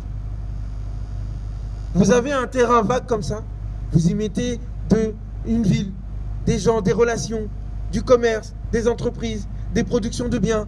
Vous donnez de la vie à cette terre qui était là. N'est-ce pas? Istarmarakum fiha. Vous créez des civilisations. Ça fait partie de l'adoration de l'être humain. Il est calife de Dieu et il est le civilisateur de la terre. Et les deux sont l'émission de l'être humain sur terre. C'est par cela qu'il adore Dieu. Subhanahu wa ta'ala. Et les adorations, les 5 piliers de l'islam ne sont là que pour nous aider à faire ça. Donc ils ne sont pas des objectifs en soi. Donc quand les musulmans se contentent de faire les 5 piliers sans coloniser la terre, c'est-à-dire maîtriser la nature et revitaliser tout, ils ne sont pas à la hauteur de l'islam. Ils sont musulmans à moitié. Ou à un quart. Ou un peu moins. Les anges faisaient ça, exactement. Les anges faisaient les prières tous les jours. Donc le but, c'est pas ça. Normalement, plus on est proche de Dieu, plus on est créatif. Plus on crée des choses qui sont utiles aux autres. Quelqu'un qui s'enferme dans la grotte à prier seulement, il n'a pas respecté le contrat. Dieu ne lui a pas demandé ça. Dieu ne lui a pas demandé ça. Quand les Maliens se contentent de juste envoyer du coton en échange de l'argent sans le transformer, ils ne sont pas à la hauteur de ce que Dieu leur demande. Quand les Sénégalais, parce qu'il faut que je mette quand même mon pays dedans, sinon les Maliens vont être jaloux là. Quand les Sénégalais se contentent d'envoyer juste de l'arachide et voir le marché de l'arachide sur la manière dont on va gagner de l'argent, ils ne sont pas à la hauteur de ce que Dieu leur demande. Et tous les marabouts du Sénégal n'y changeront rien du tout.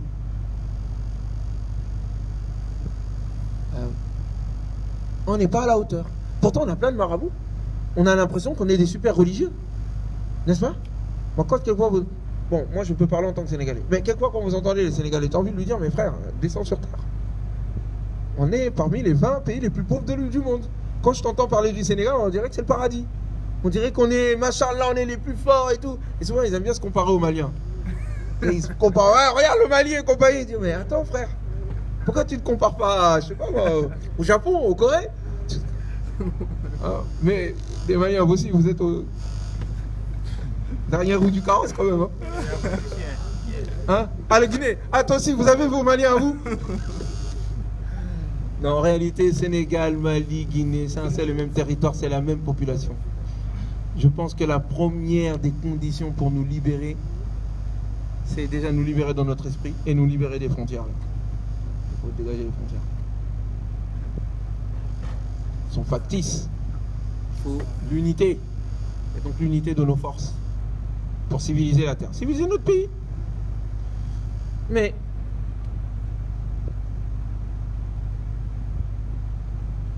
tout cela participe donc, en conséquence, il est lieutenant de Dieu sur terre et il lui a été ordonné de coloniser la terre. Vous comprenez le mot coloniser, pas dans le sens de les Français, ce qu'ils ont fait. Et coloniser la nature, pas coloniser les êtres humains. D'accord? On colonise la nature au nom de la civilisation. La civilisation provient de l'idée que nous faisons de Dieu et de l'être humain. C'est ce que Dieu, Allah, la lieutenance, al-khilafa. La khilafa, c'est le côté symbolique. L'istirmar, c'est le côté matériel, politique. L'istirmar, c'est le hard power. L'istirlaf, c'est le soft power. Et le soft power est plus puissant que le hard power. C'est-à-dire, ça vous donne la vision, la dignité, la capacité à influencer. Le côté symbolique et spirituel, c'est l'istirlaf.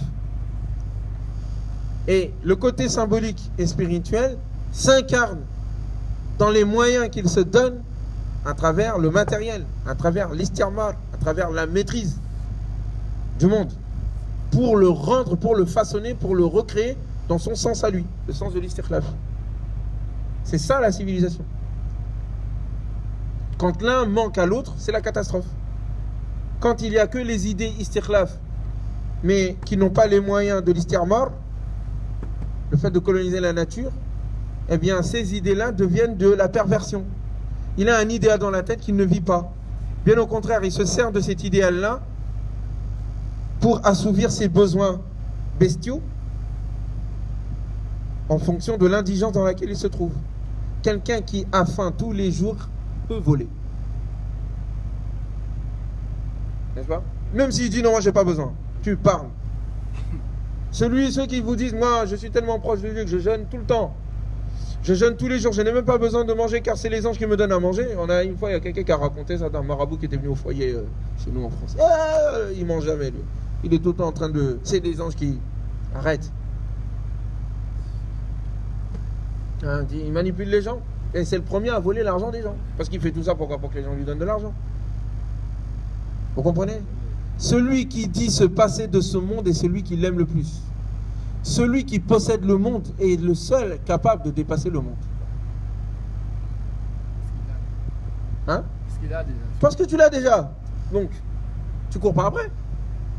Tu vises autre chose. Et donc, ça, c'est ce qui fait de l'être humain un homme et un être digne. Un être digne. Allah subhanahu wa ta'ala a dit dans la sourate Al-Isra, wa laqad karramna bani Adam. Nous avons certes anobli, rendu dignes les enfants d'Adam. Tout le monde. Je répète ma question sur la question des califes. Les femmes sont dedans? Elles sont dignes aussi? Vous êtes sûr? Donc elles sont anoblies comme le reste des êtres humains. Les noirs aussi sont dedans? Tout le monde. Parce que les noirs, je sais pas, hein, quand tu les entends, je crois qu'eux-mêmes ils croient pas trop à leur dignité. Madame, vous êtes d'accord avec moi? Vous appelez comment? Fatoumata? Ah, alors vous êtes d'accord avec moi ou pas? Est-ce que les noirs croient en leur dignité? Ah, tu crois quand même? Mais on y croit comme ça dans la tête, mais elle est où concrètement? C'est comme le gars là, comme je l'ai dit là, il a le truc beau dans sa tête, mais dans les faits, il vit pas comme ça. Moi je crois qu'on ne croit pas en notre dignité. Je crois qu'on est convaincu au fond que les autres sont meilleurs que nous.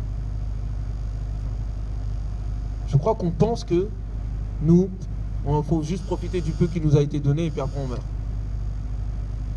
Je pense que cette soi-disant modestie africaine qu'on vante, c'est bien, on est modeste, c'est vrai. Mais ça cache beaucoup d'orgueil qui n'a pas eu la force de s'exprimer. Un homme modeste, c'est celui qui a les capacités de l'orgueil et qui n'est pas orgueilleux. Mais t'es ras des pâquerettes et tu dis moi je suis humble. T'es pas un frère, t'es juste soumis.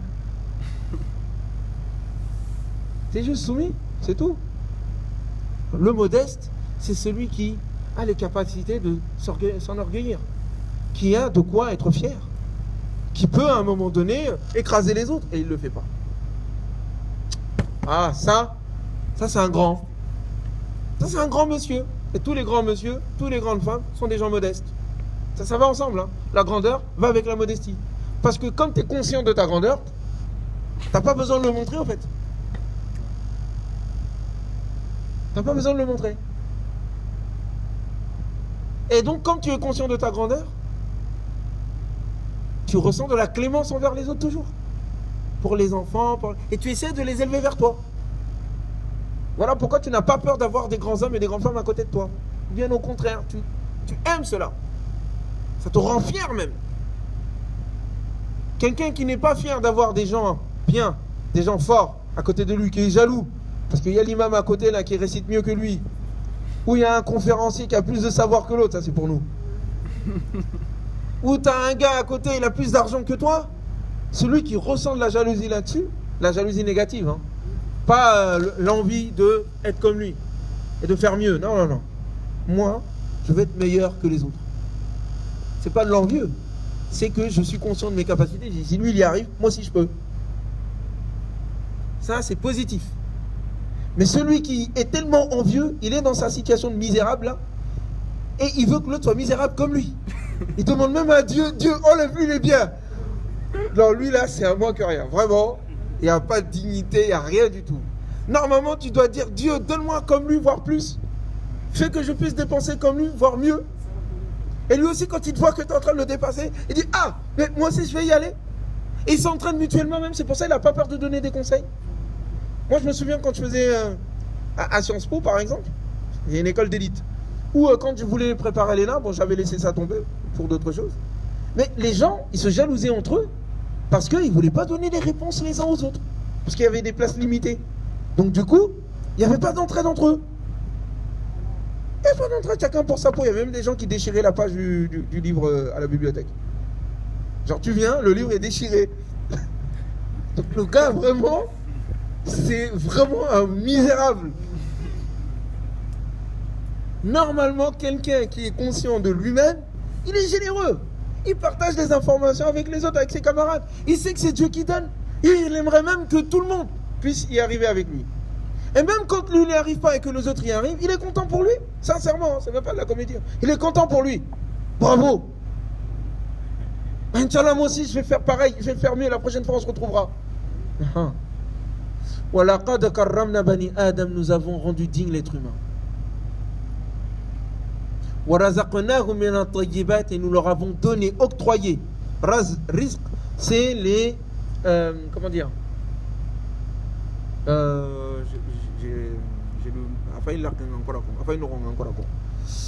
oublié le terme. Rizq. les subsistances. C'est ce qui te permet de vivre. Ça vient tout le temps. Le mot risque vient tout le temps dans le Coran. Et c'est lié avec la zakat. Mais on en parlera peut-être un jour, Inch'Allah. Mais c'est consubstantiel à l'existence de l'être humain et à sa dignité. Dieu lui a donné de quoi vivre. Voilà, et il ne lui a pas donné des mauvaises choses à vivre. Pour vivre. Des bonnes choses. At-tayyibat, c'est les bonnes choses. Tout ce qui est bon sur terre, c'est pour toi. Ouais. Imaginez là, quand il y a des gens qui pensent que être un vrai croyant, ça aussi, on prend exemple sur nos amis des autres religions. Par exemple, être proche de Dieu, c'est être, dans leur vision des choses, c'est ne pas être dans le luxe. Ce n'est pas être dans les bonnes choses, on goûte les meilleurs mets, les délices. Non. Dans leur vision à eux, c'est plus t'es pauvre, plus t'es bloqué, et mieux t'es proche de Dieu. Subhanahu wa ta'ala. Et certains chrétiens, certains musulmans, j'ai dit chrétiens, lapsus révélateur, certains musulmans qui ressemblent à des chrétiens ou à des juifs dans ce domaine-là, pensent la même chose. Plus t'es misérable, et mieux t'es. Oui. C'est vrai. Mais à quel moment ça ne devient pas de l'instantation?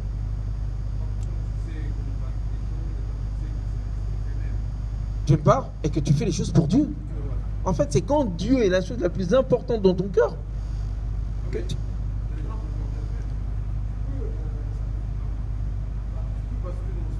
C'est vrai, il faut s'en protéger.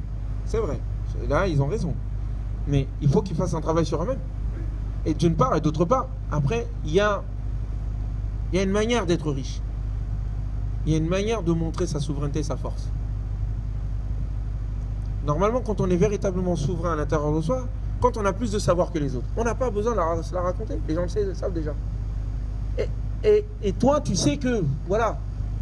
Donc, quelqu'un qui a besoin de montrer qu'il a du savoir, il a un problème. C'est que vraiment, son savoir n'est pas vraiment établi.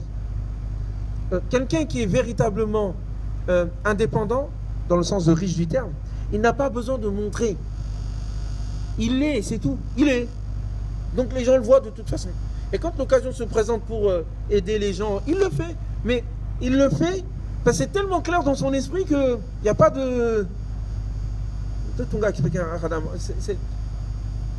n'y a pas d'ostentation possible. Mais ça, c'est un travail effectivement qu'il faut faire en soi. Et c'est un travail spirituel. Quand tu as la certitude, et ça peut tous nous arriver, moi le premier, une fois à un moment donné, tu sens que c'est au Mali que j'aurais découvert certaines choses. Vive les Maliens. Et j'ai dû lutter. Est-ce que je peux vous dire ça? Non, je ne vais pas le dire. Après. J'ai juste... Non, même sans la caméra... Non, c'est bien, mais... J'avais fait quelque chose qui correspond aux compétences qui sont les miennes aujourd'hui.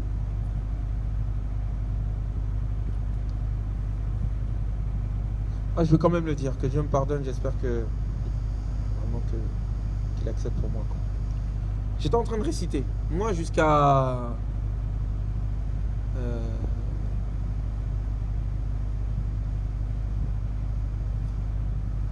en priant, ils m'ont demandé de faire l'imam, j'ai fait l'imam. Et les gens étaient étonnés de la manière dont je récitais. Et en fait, j'avais oublié que moi-même, j'avais une certaine manière de réciter. J'y pensais même plus en fait. Moi je récite, c'est tout. Mais surtout, souvent j'aime pas trop faire. Je n'aime plus trop faire l'imam. Avant j'aimais bien faire l'imam, mais depuis que j'ai appris des choses, on laisse passer les autres devant. Sauf quand c'est nécessaire, bon à ce moment-là je passe. Mais voilà, je peux éviter, je préfère éviter.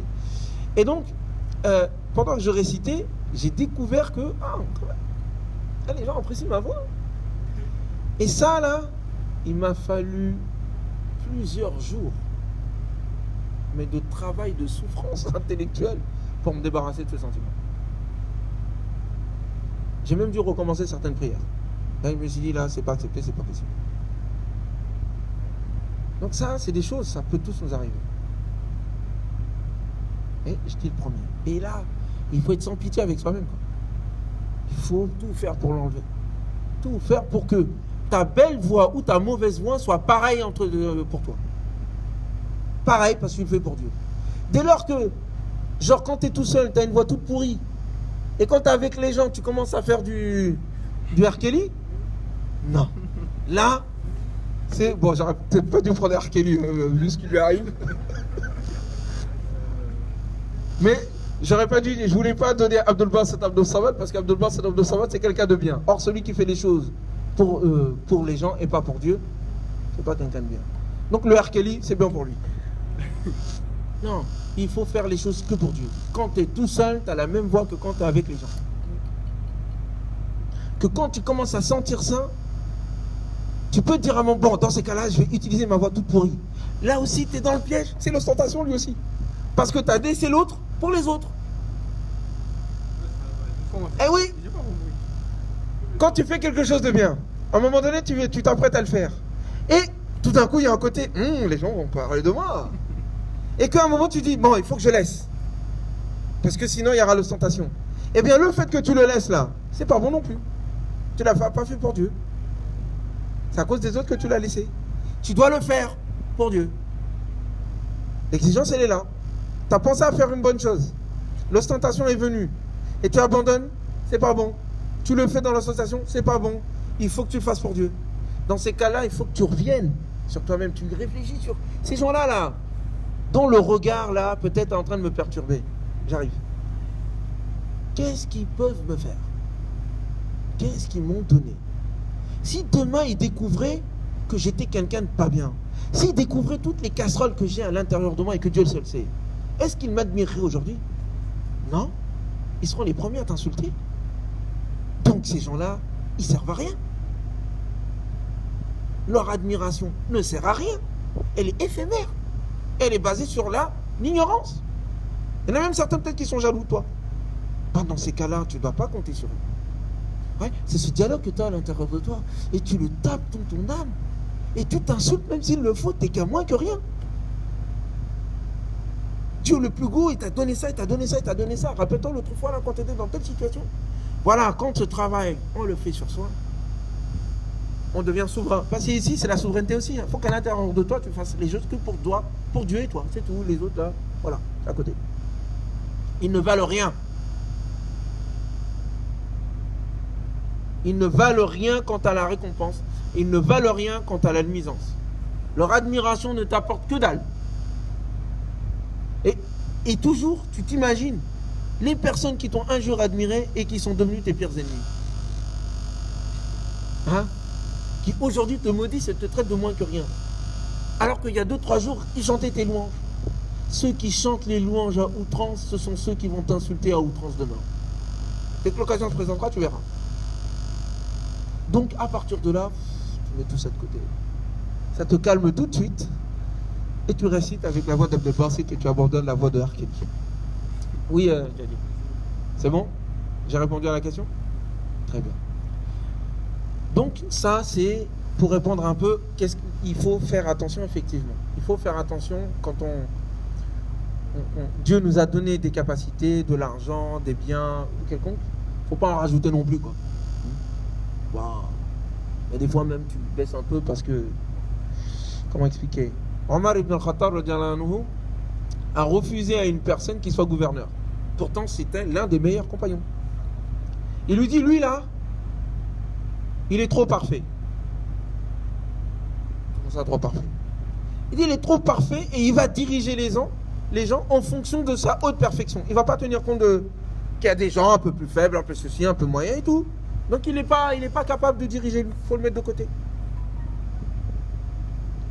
Il faut que tu puisses être un exemple pour les gens. C'est-à-dire un exemple atteignable. Si à un moment donné tu es inatteignable, tu crées des choses dans le cœur des gens. Quand tu crées des choses, tu crées de la répulsion, de l'attraction, répulsion, attraction, répulsion, attraction. C'est pour ça que ces gens-là qu'on admire sont ceux qu'on insulte le plus, dès que l'occasion se présente. Et tu te rends compte que ceux qui l'admiraient, ils l'admiraient par faiblesse, pas par force. وَلَقَدْ كَرَّمْنَا بَنِي Adam, nous avons certes anobli l'être humain. Et nous leur avons donné de nos bienfaits. at-tayyibat, des bonnes choses. وَحَمَلْنَاهُمْ فِي الْبَرِّ وَالْبَحْرِ, et nous les avons transportés sur terre comme sur mer. Et nous les avons rendus, nous les avons préférés, nous les avons favorisés au-dessus de bien des créatures. Pas toutes les créatures. Bien des créatures parce qu'il faut calmer l'être humain. Pas qu'il croit qu'il est non plus le centre du monde. Il n'est pas le centre du monde. Même si c'est une créature importante pour Dieu. En fait, il faut être entre ces deux. Je suis important et en même temps, il y a plus important que moi. Vous comprenez? C'est pas je suis un moins que rien. Non, c'est pas vrai. C'est pas je suis le plus grand. Non, Dieu seul est le plus grand. C'est je suis mieux et il y a mieux. Je suis bien et il y a meilleur. Et le meilleur, c'est Allah qui m'a donné mes biens et a fait de moi quelqu'un de bien. Et donc, les conditions de la dignité humaine, c'est ça que ces passages sont en train de nous dire. La première des choses, la dignité intrinsèque. La deuxième des choses, le fait de pouvoir subvenir à ses besoins avec des bonnes choses. La troisième condition, c'est de pouvoir se déplacer librement, sur terre comme sur mer. Ça fait partie de la dignité humaine. On doit donner ce droit à tout le monde. Quand les Européens bloquent les pays du Sud, avec leur question de visa, ils nient la dignité humaine et ils nient les droits de l'homme. D'ailleurs, dans l'article 17 des droits de l'homme, c'est indiqué que chaque être humain a le droit de s'installer là où il veut. Donc, à la base, là, les cartes de séjour, là, les visas à droite à gauche, ça va à l'encontre des droits de l'homme, de la Déclaration universelle des droits de l'homme de 1948. Que personne n'applique. Du point de vue islamique, l'être humain, en tant qu'être humain, on n'a pas le droit de lui interdire d'aller à un endroit.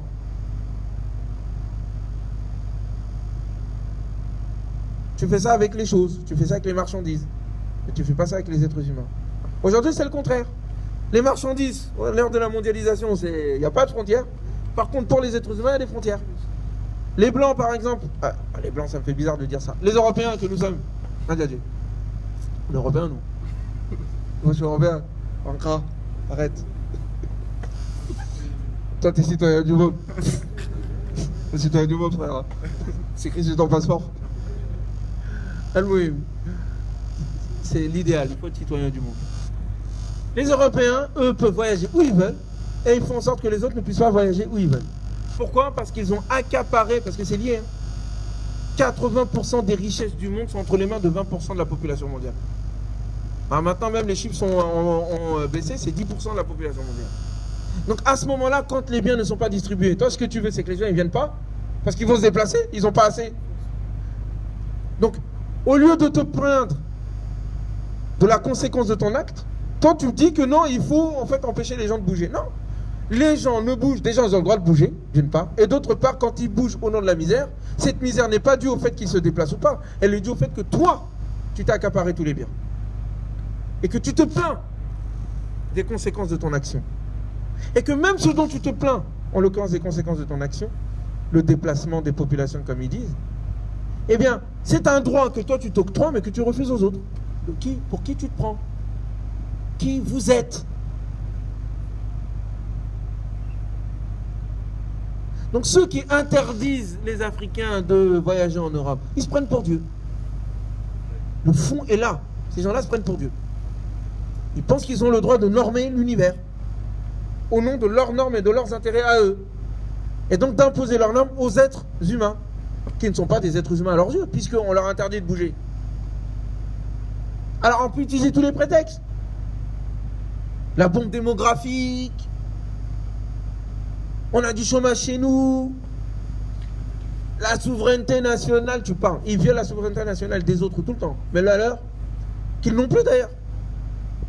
La France n'est plus souveraine. Mais bon, ça, c'est une autre affaire. Mais ils sont plus souverains que nous, quand même. Voilà, c'est les moins souverains d'Europe qui viennent violer nos souverainetés à nous. Donc nous, on est vraiment ras des pâquerettes. Mais la sécurité culturelle et autres, ça n'est que l'expression d'un racisme fondamental qui dit clairement qu'il y a une distinction entre les êtres humains, qu'il y a des êtres humains qui ne sont pas des êtres humains par rapport à d'autres qui sont des vrais êtres humains. Voilà, c'est tout, c'est ça le cœur du propos. Tout le reste, c'est du blabla. Tout le reste, c'est de la fumée. Or, Dieu, il dit, au nom de sa dignité humaine, l'être humain se déplace partout. Sur terre comme sur mer, il est chez lui. Donc l'idéal de l'humanité que les Africains devraient mettre en place, s'ils sont à la hauteur de la lieutenance que Dieu leur donne en tant qu'humains, c'est d'enlever toutes les frontières. Qu'il n'ait de contrôle qu'au nom de la sécurité, et c'est tout. C'est de permettre à tout le monde d'avoir accès au bien, à la subsistance. À la subsistance qui permet à chaque être humain de pouvoir manger, boire, avoir un toit, de quoi vivre. Après, chacun, à partir de cette base-là, chacun se débrouille pour devenir plus riche, moins pauvre. Il fait ce qu'il veut, mais il faut qu'il y ait un minimum. Ce minimum-là, c'est la dignité qui a été donnée à chaque être humain. Un pays qui ne donne pas de quoi manger, de quoi boire, de quoi se vêtir, de quoi se loger, de quoi fonder une famille, les populations qui se trouvent dans ce pays ne sont pas dignes. Il n'a pas respecté la dignité de ces êtres humains. Il n'est pas à la hauteur de la responsabilité qu'on lui a donnée. C'est, en tout cas au Mali, au Sénégal ou en Afrique de l'Ouest, c'est la première des priorités. On s'en fiche de l'émergence. Il faut venir à la base. La première ressource d'un pays, c'est sa population. C'est les êtres humains. Donc il faut donner les moyens pour avoir une bonne santé, une bonne éducation, une bonne alimentation, un toit, un environnement sain et un endroit qui nous permet de nous élever spirituellement et d'être créateurs et artistes. Si ces choses-là ne sont pas là, il n'y a pas de souveraineté, il n'y a pas de dignité, il n'y a pas de lieutenance de Dieu sur terre. Et on cherche tous les prétextes symboliques pour cacher cette réalité. Faire beaucoup de doigts, faire des invocations, faire la prière tous les jours, faire des congrès, des colloques à n'en plus finir sur l'importance des droits de l'homme et je ne sais quelle autre bêtise, sur le développement dans l'an 2000 ou 21e siècle, du blabla. C'est juste pour cacher la réalité des choses. La réalité des choses, c'est que l'être humain africain n'est pas digne. Parce que les conditions de cette dignité ne sont pas là, telles que le Coran le décrit.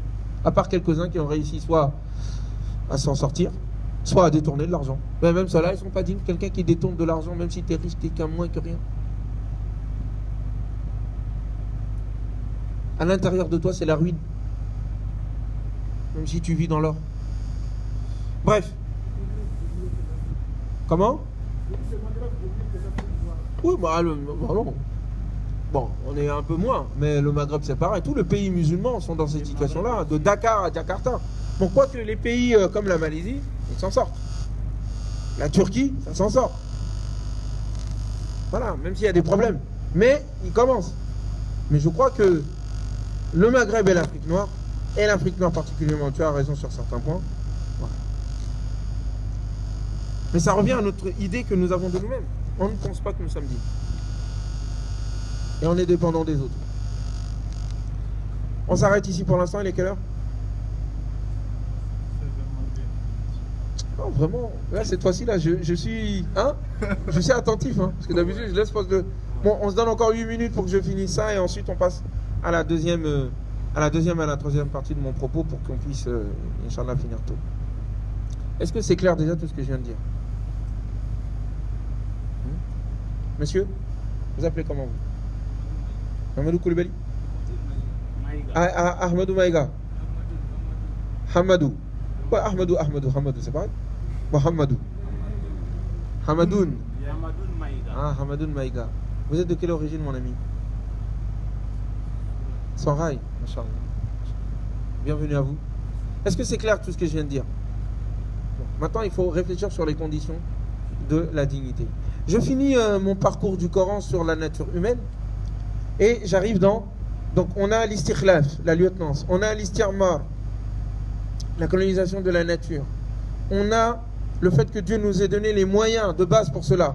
Il nous a donné des biens, des bonnes choses et il nous a donné une terre qui recouvre, qui a en elle toutes les ressources qui permettent d'exercer notre souveraineté d'être humain. Et il dit qu'il nous a donné la dignité. Il dit qu'il nous a donné de ces bonnes choses. Il dit qu'il nous a permis de nous déplacer. C'est un droit fondamental. Très bien. Très bien. Donc, tout cela sont les ingrédients, les conséquences de la nature humaine en tant que telle. La conception que Dieu a de l'être humain et qu'il nous délivre dans le Coran, tout cela en est la conséquence. Et tout cela nous a été donné, c'est un don. Ce don est un dépôt, puisque nous sommes des califes. Le calife, en arabe, veut dire aussi bien le lieutenant, mais aussi le gérant, le dépositaire. C'est lui chez qui on a déposé quelque chose, une responsabilité. La gestion de la terre est une responsabilité. Voilà pourquoi est-ce que l'istikhlaf, la lieutenance, le vicariat, la gérance confiée par Dieu à l'être humain, qui est son représentant sur terre, eh bien c'est une amana, c'est un dépôt. C'est le dépôt universel qui a été donné à l'être humain pour qu'il l'exerce sous la forme d'une civilisation, sous la forme de son vécu, sous la forme de son interaction avec lui-même, de son interaction avec les siens, de son interaction avec la nature. C'est ça la amana. Et cette amana, nous dit le Coran, avait été donnée aux cieux, à la terre, ainsi qu'aux montagnes. Ça symbolise quoi ces trois choses? La puissance, la force, c'est des grands éléments, ça. Et ils l'ont refusé. Ils n'ont pas pu, ils en ont eu peur. Leur nature ne leur permet pas de supporter cela. Alors certains disent qu'ils ont parlé, ils ont dit on ne peut pas, la responsabilité est trop grande, ou c'est juste une image pour parler au fait de leur nature en tant que telle. Malgré que nous pensons, les cieux quand même c'est vaste, c'est infini. La terre c'est vaste, c'est ce qui nous porte. Les montagnes c'est massif. Pourtant ils n'ont pas la force et la capacité de prendre cette responsabilité qu'est la amana. Mais l'être humain, lui, il l'a prise. Il l'a prise au nom de la manière dont il a été créé même. Mais il ne la considère pas à sa juste valeur. Il en est donc injuste et il est donc ingrat. Il est ingrat des dons que Dieu lui a donnés pour qu'il soit ce qu'il est, lieutenant de Dieu sur terre, avec toutes les conséquences que ça a. Et il est injuste en raison de son ignorance de l'importance de cette chose. Oui.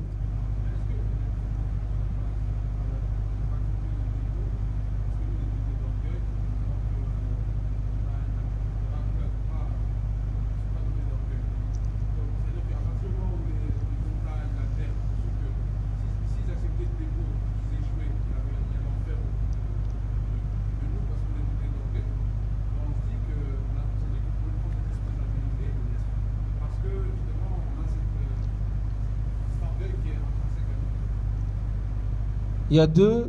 Alors, donc, si j'ai bien compris ta question, c'est est-ce que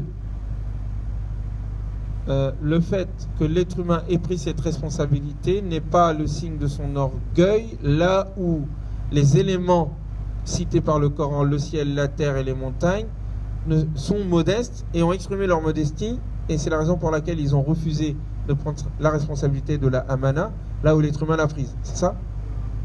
Grosso modo. Il y a deux choses dans ton propos.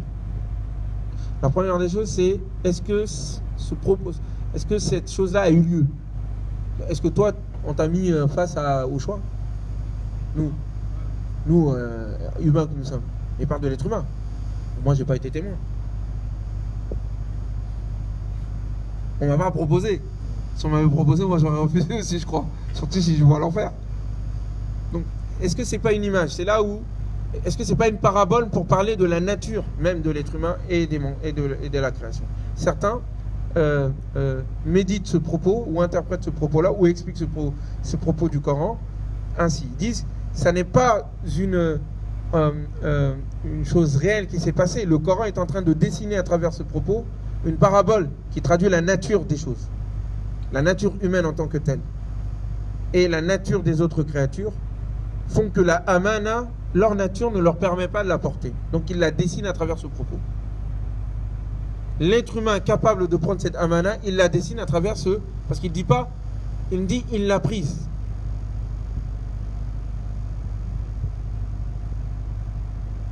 Ouais.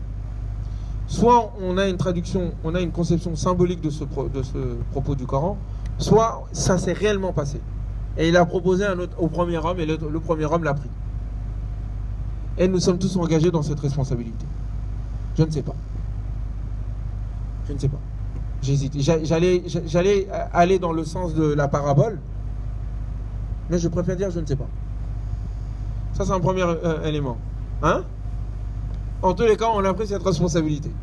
La nature, les éléments de la nature ne l'ont pas prise. Ils n'ont pas la capacité de choisir. Nous avons la capacité de choisir. Nous avons la liberté. La amana, c'est ça en fait. La liberté, sa responsabilité et ce que nous allons en faire sur terre. La deuxième des choses dans ta question, elle traduit soit une vision réaliste de l'être humain, soit une vision négative de l'être humain. Si c'est une vision réaliste, ça veut dire que l'être humain est inconscient et il est orgueilleux. De nature, de prime abord, il est orgueilleux, il dit moi je peux y aller, on y va et tout, chef. J'aurais tendance, en raison de la conception que j'ai de l'être humain et du discours que je suis en train de tenir, à écarter cette vision-là. Elle peut être vraie dans certains cas. Mais j'aurais tendance plutôt à la prendre dans le côté de la force, la reconnaissance de ses capacités.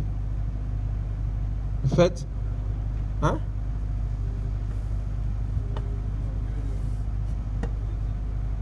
Je ne sais pas s'il y a un orgueil positif. Mais je comprends ce que tu veux dire. En fait, la conscience de sa grandeur, la conscience de ses capacités. Alors, la question c'est, quand quelqu'un est conscient de ses capacités, est-ce qu'il est orgueilleux? Oui.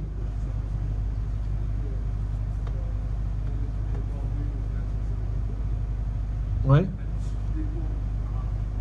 Oui. Oui.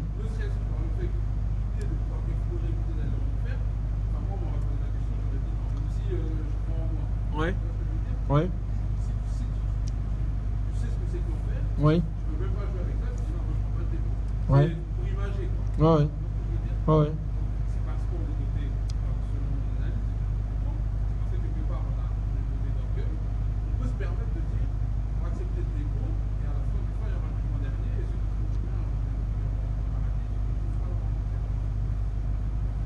Je comprends ce que tu dis.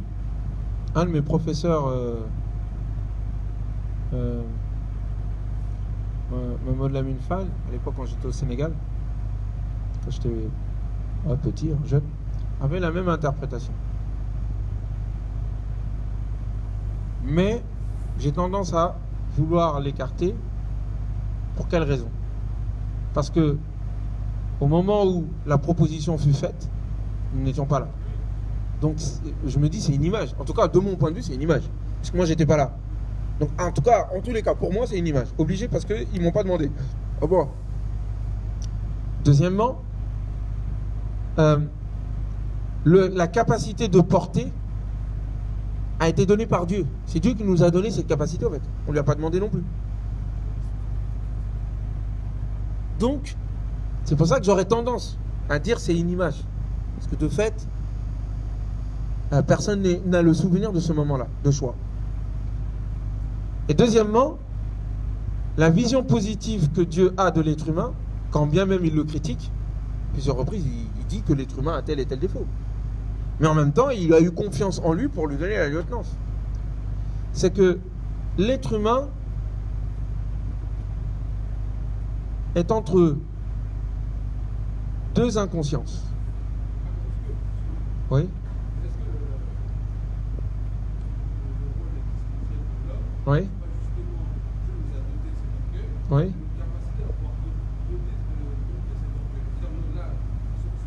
Oui. C'est-à-dire que c'est pas parce que Dieu nous a doté de l'orgueil que ça fait de nous une mauvaise personne. Il nous a doté de l'orgueil et ce qu'il nous demande, c'est de dompter cet orgueil à travers le jeûne, à travers tout ce qui nous et à l'issue. C'est pas l'orgueil en fait, c'est l'ego. L'ego, ouais. Parce que l'orgueil, c'est un choix. Mais l'ego, le nafs, comme tu le dis.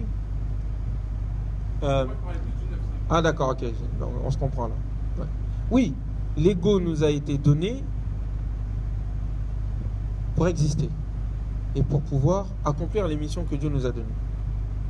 Mais quand l'ego devient égoïste et égocentrique, ça fait des dégâts. Et il dépasse les limites. C'est comme quelqu'un à qui tu donnes ta voiture, tu lui as prêté ta voiture, tu lui as dit de l'utiliser selon ses besoins, mais il y a des limites, voilà, il y a des règles, pas d'accident, tu roules pas je sais pas combien de kilomètres heure, tu t'en racontes pas dans la voiture et tout, Et lui, à un moment donné, il est pris d'orgueil. Il dit, ah, c'est ma voiture. Il oublie qu'en fait, ça lui a été donné. C'est ma voiture. Et du coup, il commence à dépasser les limites. Ça, c'est pas bon. De l'autre côté, l'autre inconscience, c'est qu'il n'y a plus d'ego du tout. C'est qu'il a tué tellement son ego qu'il n'y a plus rien. Et limite, il se dit, ah non, c'est même pas je dois être dans le passage arrière, hein. Je dois être dans le coffre. Je suis vraiment à moins que rien. Oh là là, mon Dieu. Non plus. Hein? Non, il faut qu'il soit au volant. Mais qu'il soit conscient que quelqu'un lui a confié ce volant. Et qu'il attend de lui certaines choses. Donc c'est entre les deux. Effectivement, c'est ce que je disais, la liberté. La liberté, c'est l'ego que nous avons en fait. La capacité de faire le bien et le mal. La conscience que nous avons de nous-mêmes. La conscience que nous avons de nous-mêmes. Tout le monde est conscient de lui-même. De son existence. De ce qu'il est. Tout le monde s'accorde normalement une certaine valeur, quand même. Tout le monde s'aime. Il ne faut pas trop s'aimer. Mais il ne faut pas se détester non plus. Se détester, c'est une maladie. S'aimer trop, c'est une maladie non plus. Il faut juste s'aimer, s'apprécier comme on est. J'ai des qualités, des défauts.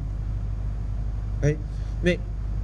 Mais cette ambivalence, cette capacité à faire le bien et le mal, qui est issue de la liberté, c'est le passage dont vous avez parlé tout à l'heure, de la Sourate Shams, quand il dit, et l'âme humaine, et par l'âme humaine, et celui qui l'a façonné, il lui a inspiré sa piété et sa dépravation. Et a gagné celui qui l'aura éduqué et élevé, et a perdu celui qui l'aura dégradé et laissé aller. Nous avons cela en nous. Le reste des créatures n'ont pas cela. C'est en raison du fait que nous avons cela que nous sommes capables de gérer la terre. Les autres n'ont pas. Mais il y a un risque, effectivement. Il y a le choix entre les deux, donc il y a des conséquences. Est-ce que l'être humain l'a pris dans un dialogue avec Dieu avant le monde? Ça, je ne sais pas en fait. J'aurais tendance à dire, moi je suis pas au courant de toute façon. Donc est-ce que c'est pas un symbole qui décrit ma réalité existentielle? Ma réalité existentielle, elle est que je suis différent de la montagne. Je suis plus fort que la montagne.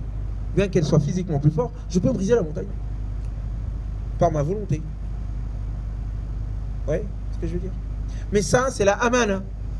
C'est le dépôt que Dieu nous a donné en nous et qui doit s'exprimer dans la réalité à travers une civilisation de paix, de justice, de dignité des êtres humains, d'exploitation noble et belle de la création, de l'amélioration de la création et de la nature, de la gestion saine et belle du reste des espèces de l'humanité, de la Terre, et de conquête aussi de l'ensemble de l'univers. Nous sommes amenés à aller sur 2 planètes, puisque le Coran dit qu'il y a 7 terres. Le Coran dit pas ça? Il y a des gens, c'est le monde parallèle, il y a plusieurs terres. Le Coran dit en tout cas il y a 7 terres. Donc ça c'est un défi pour les jeunes d'aujourd'hui dans la recherche. Découvrir ces 7 terres avant les autres. Hein? Les Africains. Bien sûr les Africains. Le premier homme qui marchera sur l'autre terre, ce sera un Africain, Inch'Allah. Peut-être dans 200 ans, dans 400 ans, je ne sais pas. Mais ça veut dire qu'on aura maîtrisé toutes les sciences. La physique quantique, oui.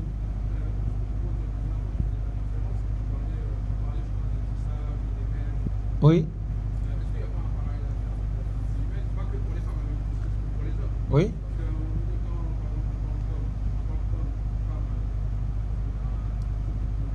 Oui. Esthétique. Oui. Oui.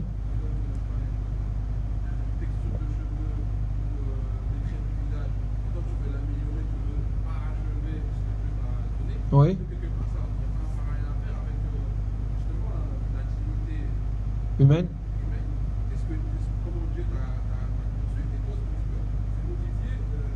La création.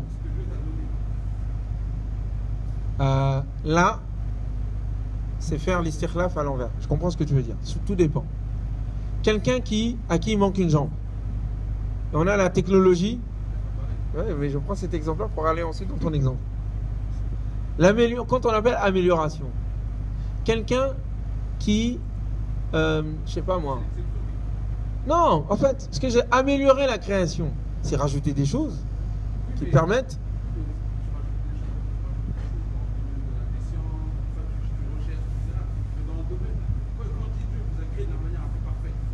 Mais c'est là où je dis c'est pas bon.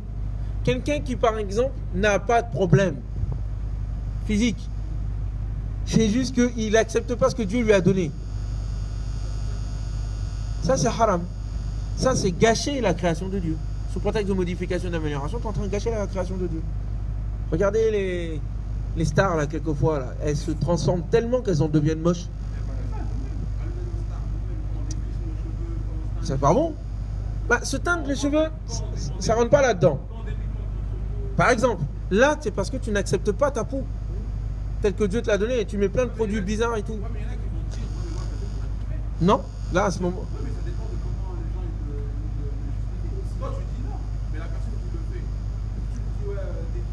Non, parce que là, tu changes la nature de la chose. Quand je change de couleur de peau, je change ma nature telle que je suis. Ça, je le change complètement. Je l'altère même. Par contre, si je me mets de la pommade pour que ma peau soit plus belle. Attends, j'arrive. Je vais d'abord finir ma peau. Les cheveux d'Indien, on verra parce que ça dépend de qui on parle. Oui, je me souviens de ça. L'amélioration de la création. Déjà, ça devrait dépasser la question de l'esthétique des cheveux et compagnie et tout. Mais, admettons.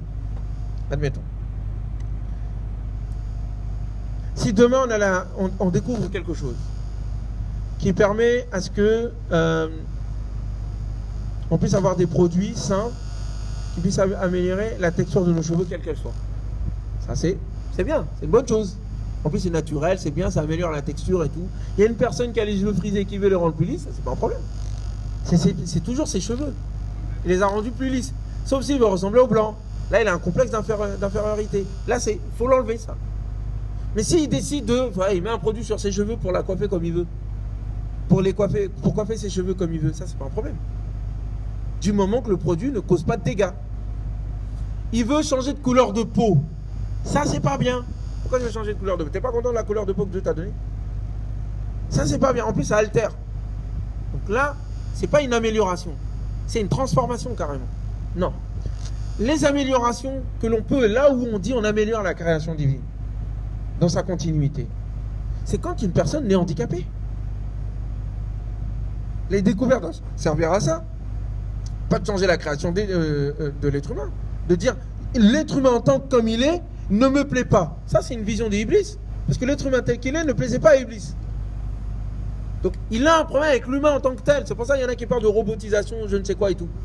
C'est que l'humain en tant que là, c'est un truc bizarre, quoi. Ouais, Dieu, là, vraiment. Si j'étais à sa place, j'aurais pas créé l'être humain. Oh, quelle mauvaise chose, l'être humain. Et sous prétexte de ça, il cache cela en mettant des prétextes d'amélioration de la vie, de ceci, de cela, de la condition humaine. Ce qu'il a en tête, c'est le dénigrement de l'être humain. Et les femmes qui, par exemple, changent de couleur de peau se dénigrent elles-mêmes. Elles n'aiment pas leur couleur. Donc elles n'ont pas accepté ce que Dieu leur a donné. Une personne, même tu n'es moche comme un je sais pas quoi, selon les critères, tu dois être fier de ce que Dieu t'a donné. Il t'a créé comme ça, c'est un don de Dieu. Subhanahu wa ta'ala. En plus, c'est relatif. Voilà. Barakallahu fik. En plus, c'est relatif. Mais quelqu'un qui naît handicapé, il est né, je sais pas moi, il a un nez de travers. Et qu'on lui donne la possibilité d'améliorer son nez. Et qu'au passage, il fait un petit nez à la Cléopâtre. Ah, vas-y, frère. Pas de souci. Quelqu'un qui naît, il a des dents qui vont dans tous les sens. Et hop, il se fait des bonnes dents et compagnie, blanchiment, tout avec un sourire de Banderas ou je ne sais quoi. Eh, vas-y, il n'y a pas de souci. Ça, c'est une amélioration. Non, c'est une amélioration, c'est esthétique. Ah, il y en a. Il y a même des gens qui ont des dents toutes sales et compagnie et tout parce qu'ils ont trop négligé. Et ils se disent, bon là, il faut que je fasse un blanchiment des dents. Ils se blanchissent les dents. Ça, c'est pas haram. Ça, c'est pas haram. Ou même, ils trouvent que ils ont trouvé un moyen, je sais pas moi, de remplacer ses dents avec une dent avec de la nanotechnologie qui permet de réparer, je sais pas, j'invente un truc, hein, qui permet de tuer les caries et les microbes dans la bouche sans avoir une brosse à dents tous les jours. Ah bah c'est bravo. Moi je suis le premier à mettre cette dent dans ma bouche. Ça participe de l'amélioration. Et les besoins humains se faisant font que la science, la technologie s'améliore parce que nous avons des besoins. Ça participe de la lieutenance de l'être humain de la part de Dieu. Ça y participe. Quand à un moment donné, on arrive à trouver un moyen sain et non polluant, de multiplier la nourriture. Sans faire de miracle comme Jésus. Mais nous, on a trouvé la science qui fait que sans abîmer la création, parce qu'il y en a qui le font, mais ils abîment tout. On arrive à, avec les OGM, mais on arrive à créer une technologie qui arrive à multiplier et améliorer l'alimentation humaine. Ça, c'est bien, faisons-le. Il faut le faire. Surtout, comment? Sans glyphosate, ouais, comme tu dis. Donc il faut trouver des produits sains qui permettent d'améliorer. Ça, c'est bien. Vous voyez? Comment? Ça, je sais pas. Moi, je suis pas une femme, donc... Non, mais moi, je dis à l'époque que ça ne... Oui, c'est ce qu'on avait dit à son mari, ou être belle toute seule. Parce qu'il y a aussi... Bon, les femmes qui ne sont pas mariées, elles n'ont pas le droit d'être belles. Bon. Ouais. Ouais. Bon, vos questions quand même sont un peu trop... Moi je suis là, vous me descendez avec les histoires de bêches pour les filles. Oui. Oui.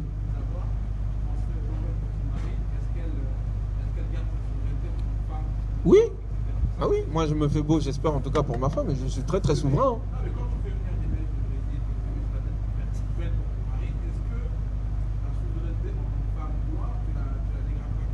Non. Ici non. Ici non. Ici non. En tout cas, là je dis le fond de ma pensée. Pour moi, les mèches sont pas haram. Non seulement elles sont pas haram, non mais et du coup et aussi, j'espère que j'ai pas choqué les gens ici là. Bon, les sœurs, pardon, hein, ne me sortez pas de l'islam. Je ne porte pas de mèche. Vous faites ce que vous voulez avec vos cheveux. Et je préfère d'ailleurs les femmes qui sont les cheveux crépus. Personnellement, moi je trouve que c'est quand tu vas. J'étais parti à Villiers-le-Bel, je me rappelle, j'étais traumatisé en France là. Il y avait un bus rempli déjà d'Africains, de Noirs, et je disais mais il n'y a pas de blancs ici ou quoi dans ce quartier? J'étais avec Alima d'ailleurs. Et à un moment donné, je vois 1, 2, 3, 4, 10 filles, elles ont toutes des tissages. Et je regarde, je dis mais il n'y a aucune fille qui a des cheveux normaux. Toutes les filles africaines, elles ont que des tissages. Il n'y en a pas une. Elles ont même honte de sortir avec leurs cheveux normaux. Ça c'est pas bien. Il y a un complexe ici, ça faut l'enlever. Il faut être fier de ce qu'on a. C'est quoi ce complexe envers les blancs? Mais au-delà, si j'ai plus ce complexe envers les blancs, et que j'achète des produits, j'achète les produits là où ils sont.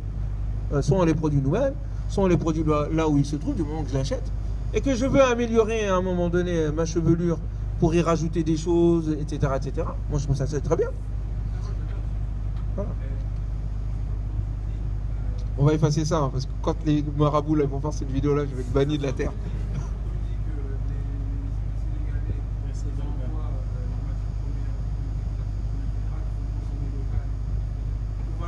Ah!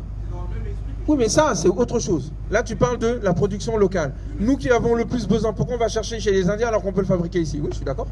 Oui, alors nous qui avons plus besoin de valoriser notre image, parce que j'entends les derniers, oui. Notamment la femme, elle doit valoriser la femme noire, pourquoi elle irait prendre un modèle de la femme occidentale? Mais je suis d'accord avec toi. Mais les mèches, la forme rase, je sais pas, moi je ne m'y connais pas. Là, les trucs qu'on attache là, c'est pas genre elle est là avec des cheveux longs à la Kelly Capoel. Hein. Vous connaissez pas Kelly Capoel, vous êtes trop jeune. Nos parents, ils avaient leur propre manière de... Ouais, Eh ben, la question des mèches, des ajouts d'ailleurs, c'est une affaire depuis l'Égypte antique. Depuis l'Égypte antique, ça existe. Les Africains, de manière, les femmes africaines, depuis avant, se faisaient ces choses-là, se tressaient, se rajoutaient des cheveux, etc. Bon, ça c'est pas interdit. Ça rentre pas dans l'interdit, à mes yeux. Donc à nous ensuite, sur le plan de la fabrication, de faire les produits qui répondent à nos besoins. Bon, si on n'y arrive pas, on se donne les moyens. Mais ça, c'est dans tous les domaines. Dans la médication, dans l'alimentation, dans tous les domaines. Il faut qu'on devienne autonome, qu'on fabrique nos choses. Et quand on va aller chercher chez les autres, qu'ils nous disent comment ils le font. Qu'on exige de savoir comment ils le font. Bon, s'il vous plaît, sortons de la question des bêches là et venons à un truc plus haut. Et puis on va faire la prière, Inch'Allah, et ensuite on reprendra. Subhanaka Allahumma wa bihamdika. نشهد أن لا إله إلا أنت نستغفرك ونتوب إليك سبحان ربك رب العزة عما يصفون وسلام على المرسلين والحمد لله رب العالمين